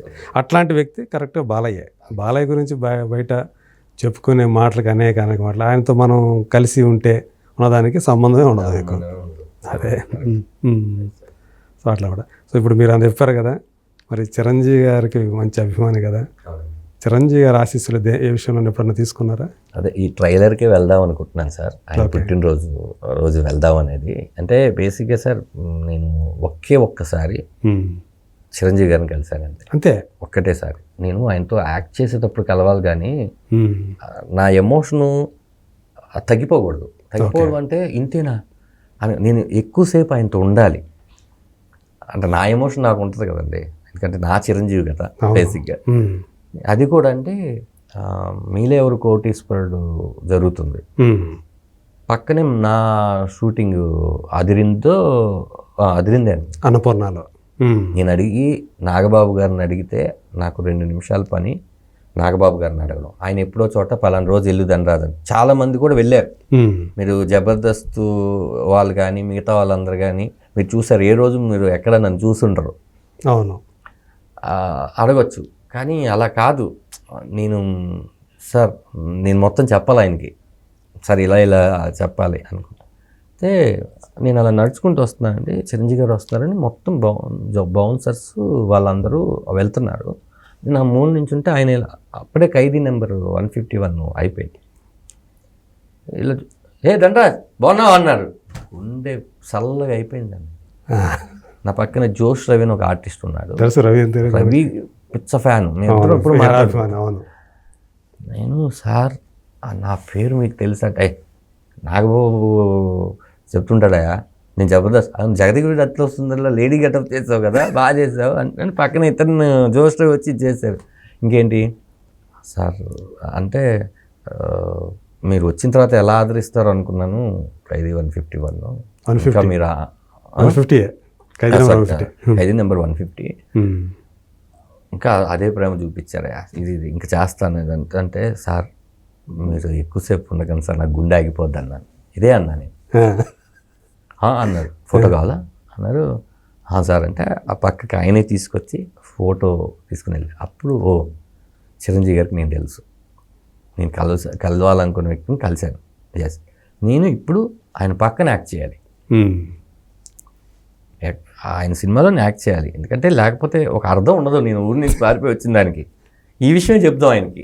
సార్, ఎంతోమంది అభిమానులు ఉన్నారు మీకు, వాళ్ళల్లో నేను కూడా ఒక అభిమాని. కానీ మీరు చాలామంది కోరికలు తీర్చారు. నాకేంటంటే మీ సినిమాలో ఒక్క సీన్ చేసుకుంటే నాకేంటంటే అమ్మయ్య ఇదే అయిపోయింది, ఇంకేదైనా కొత్త గోల్ పెట్టుకుందాం ఉంటుంది. లేకపోతే ఇది నన్ను వెంటాడుతూ ఉంటుంది. అదే నేను వచ్చిన దానికి ఒక సార్థకత చేరుతుంది. అందుకనే వెళ్దామని అనుకుంటున్నాను. ఓకే, సో ఇప్పుడు దాకా ఇంకా రాలేదు, అది ఆ మూమెంట్ రాలేదు. పర్సనల్గా వెళ్ళాలి కదండి, ఆయన టైం కూడా మనం వేస్ట్ చేయకూడదు కదా. అదే సార్, నా ట్రైలర్ ఉందో, లేకపోతే నేను టీజర్ చేశానో, లేకపోతే నా ఫంక్షన్ లేదా మీ బ్లెస్సింగ్ కావాలనో, ఇల్లు మాట్లాడడానికి ఒక అకేషన్ కావాలి. ఇంకేముంది, ఇంకా 10 రోజుల్లో వచ్చేస్తుంది, ఆయన బర్త్డే వచ్చేస్తుంది. ఆయన ఇక్కడే ఉంటే కనుక వెళ్తా, లేకపోతే ఆయన వచ్చిన తర్వాత అదే సాధారణంగా ఉండరు అనుకుంటా బర్త్డే టైంకి. మరి చూడాలి మరి ఆయన ఉంటుంది. కానీ అదే మీరు అన్నట్టు ఆయనతో కలిసి నటించే అవకాశం ఇంకా రాలేదు. అదే దానికోసం ఎదురు చూస్తూ ఉన్నారు. వస్తుందండి, ఎందుకంటే ఖచ్చితంగా నా కోరికలో నిజాయితీ ఉంటే, నేను అది బలంగా సంకల్పించుకుంటే ఖచ్చితంగా అవుతుంది. అదే సో అన్నీ 1 by 1 అన్నీ జరుగుతూ వస్తుంటాయి అంతే. Okay, thank you so much Dhanraj గారు. సో మీ జీవితంలోని ఎన్నో పార్శ్వాలను అలా టచ్ చేసుకుంటూ, సో మీ రామం రాఘవం, సో దానికి సంబంధించినట్టు దాని చుట్టూ ఉన్నటువంటి కథను కూడా మనం మాట్లాడుకున్నాము. ఖచ్చితంగా నటుడిగా మీరు సక్సెస్ అయ్యారు, ఎంతోమందికి నవ్వించారు, వినోదాన్ని పంచారు. ప్రొడ్యూసర్గా ఆ టైంకి సక్సెస్ కాకపోయినా భవిష్యత్తులో మళ్ళీ అయితే ఖచ్చితంగా అవుతారని అనుకుంటున్నాను. కానీ దర్శకుడిగా మారి మీరు తీసినటువంటి మొట్టమొదటి సినిమా ఏదైతే ఉందో, ఆ రామం రాఘవం అనే టైటిల్ ఎంత బాగుందో, సినిమా కూడా అంత బాగుంటుందని నమ్ముతున్నాను. ఖచ్చితంగా దర్శకుడిగా ధనరాజ్ పేరు మొదటి సినిమాతోటే వార్తలో నిలుస్తుంది, నిలవాలని మనస్ఫూర్తిగా కోరుకుంటూ, దర్శకుడిగా కూడా మంచి పేరు తెచ్చుకోవాలని మనసారా కోరుకుంటున్నాను. Thank you so much.